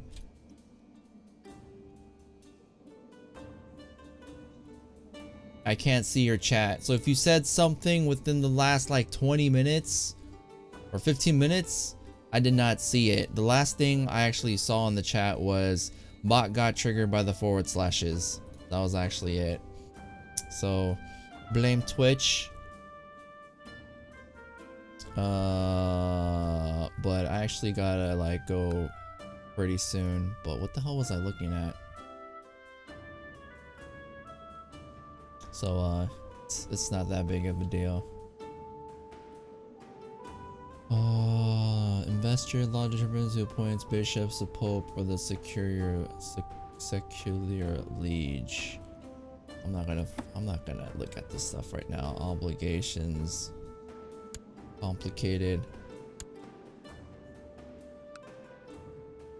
Okay, so we have no armies out, right? What is all this? Both your vassal limit and your dement size limit can be increased through the centralization law. Both your vassal limit and your dement size limit can be increased through the centralization law. Low centralization will give you a bonus to your vassal limit.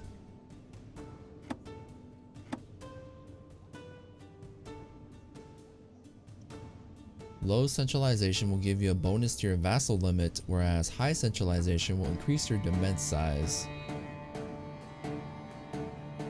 Rip Twitch chat. Yeah. Jander's talking to me on YouTube and you're talking to me on Beam.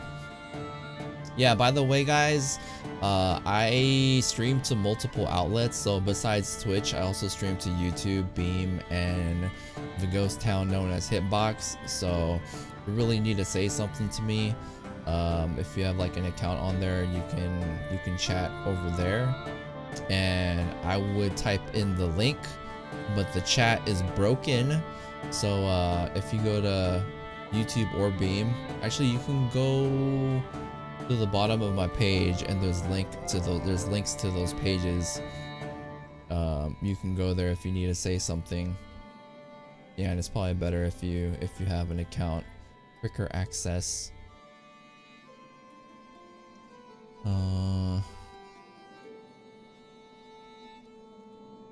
High centralization creature dement size.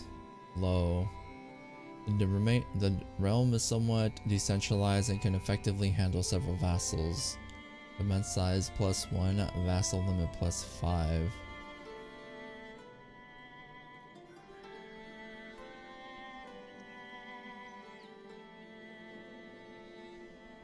The realm is entirely decentralized and it can effectively handle many vassals. Oh, and here's my vassal limit. 32. Dement size. Oh, I should probably put it on low because my dement size is maxed out.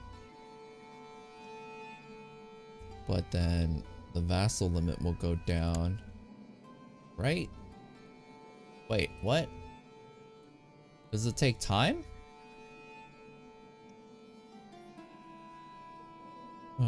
As you see, you'll have to make a choice here. Dement laws such as centralization can only be changed once every 5 years. Also, centralization can only be changed one step at a time. Alright. Okay. Thanks, Janser.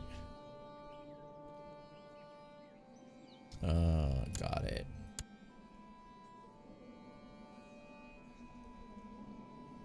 Alright. I think I should call the stream now because it's already 6 o'clock and I'm only supposed to be on until like 5:30. So I basically have to rush out the door now, but damn, I'm still playing the tutorial. I played the tutorial all day. 3 hours, 26 minutes, and 45 seconds. And we're still on the learning scenario. But yeah, I actually feel like combined with the scenario and the chat, I actually feel like I learned a lot. Like we learned how to marry, we learned how to set ambitions, we learned how to do levies, like personal levies, vassal levies. We learned how to navigate our armies, put them on boats, what is it? Lay claims to different lands, do sieges. Not only do those things, but actually understand what the hell we're actually doing. You know, instead of someone telling me, oh, click this and click that, this is how you ride a boat. But it's more like, you have to ride a boat because you need the boats in order to travel over the water, which is it's more of an example, but it's, you know, it's fairly obvious. But at the same time, I learned that the boats, or each boat, can only hold 1,000 troops. So, you know, stuff like that is very what would you call it? Like, I feel like it helps us gain more knowledge to understanding the game. Let me just read this. Crown authorities are restricted by our technology. Alright, we'll do this. We'll do this next time. I don't know how to save it. I haven't actually saved it at all, but it was doing auto saves earlier. Oh, here we go. I just do save game? Auto save. Alright, we will save it. Just hit save with the default name. Click this and that. I know, right? We didn't really get that. And people were actually very patient with me. I was kind of trying to speed through it, but not rush, so I'd forget everything. Just to, you know, like, because it's very, what do you call it? What's the word I'm looking for? The game is very overwhelming. So I didn't want to speed through it in the sense that I just click buttons and I don't know what it means. I wanted to understand things, but try to do it in a timely manner. So you guys weren't like stuck on the same screen for a long time. Although I was very picky with getting married and I still didn't get married. But I didn't tell my wife to die.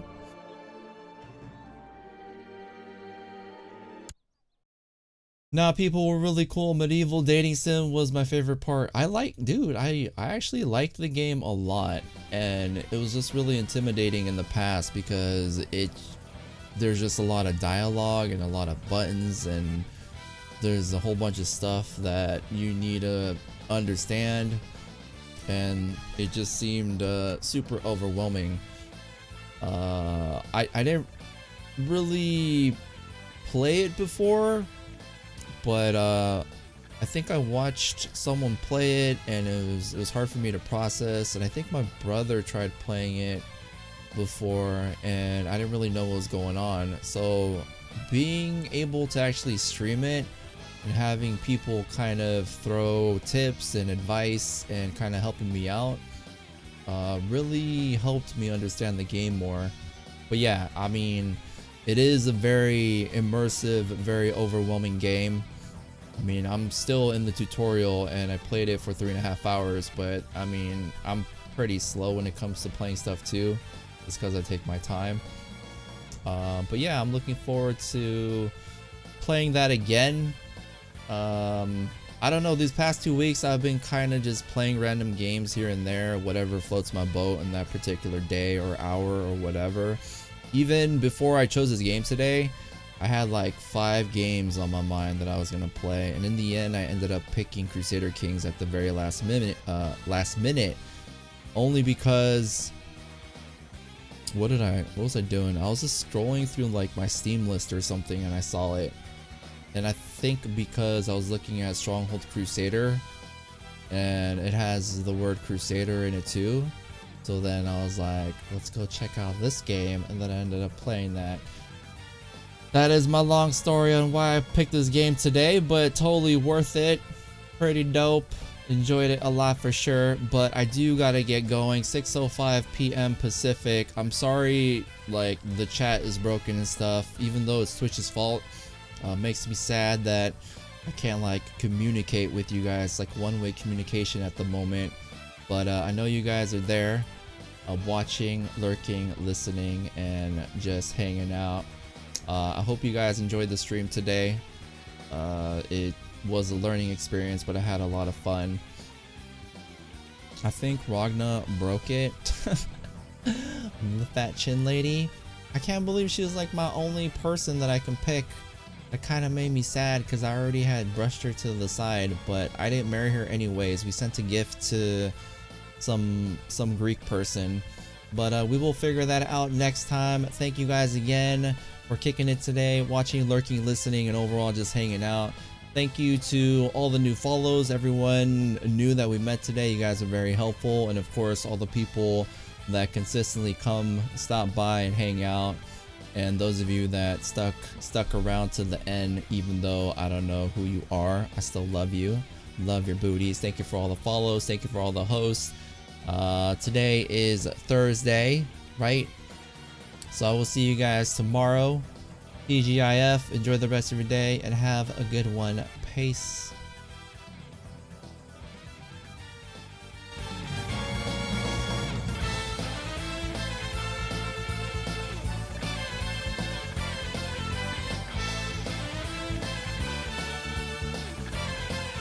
The Greek hottie who didn't like you, so you had to buy the dad out. Great stream. Alright, thanks, man. You're like the only chat I see. It's really loud, but thank you guys again. Enjoy the rest of your evening. Peace.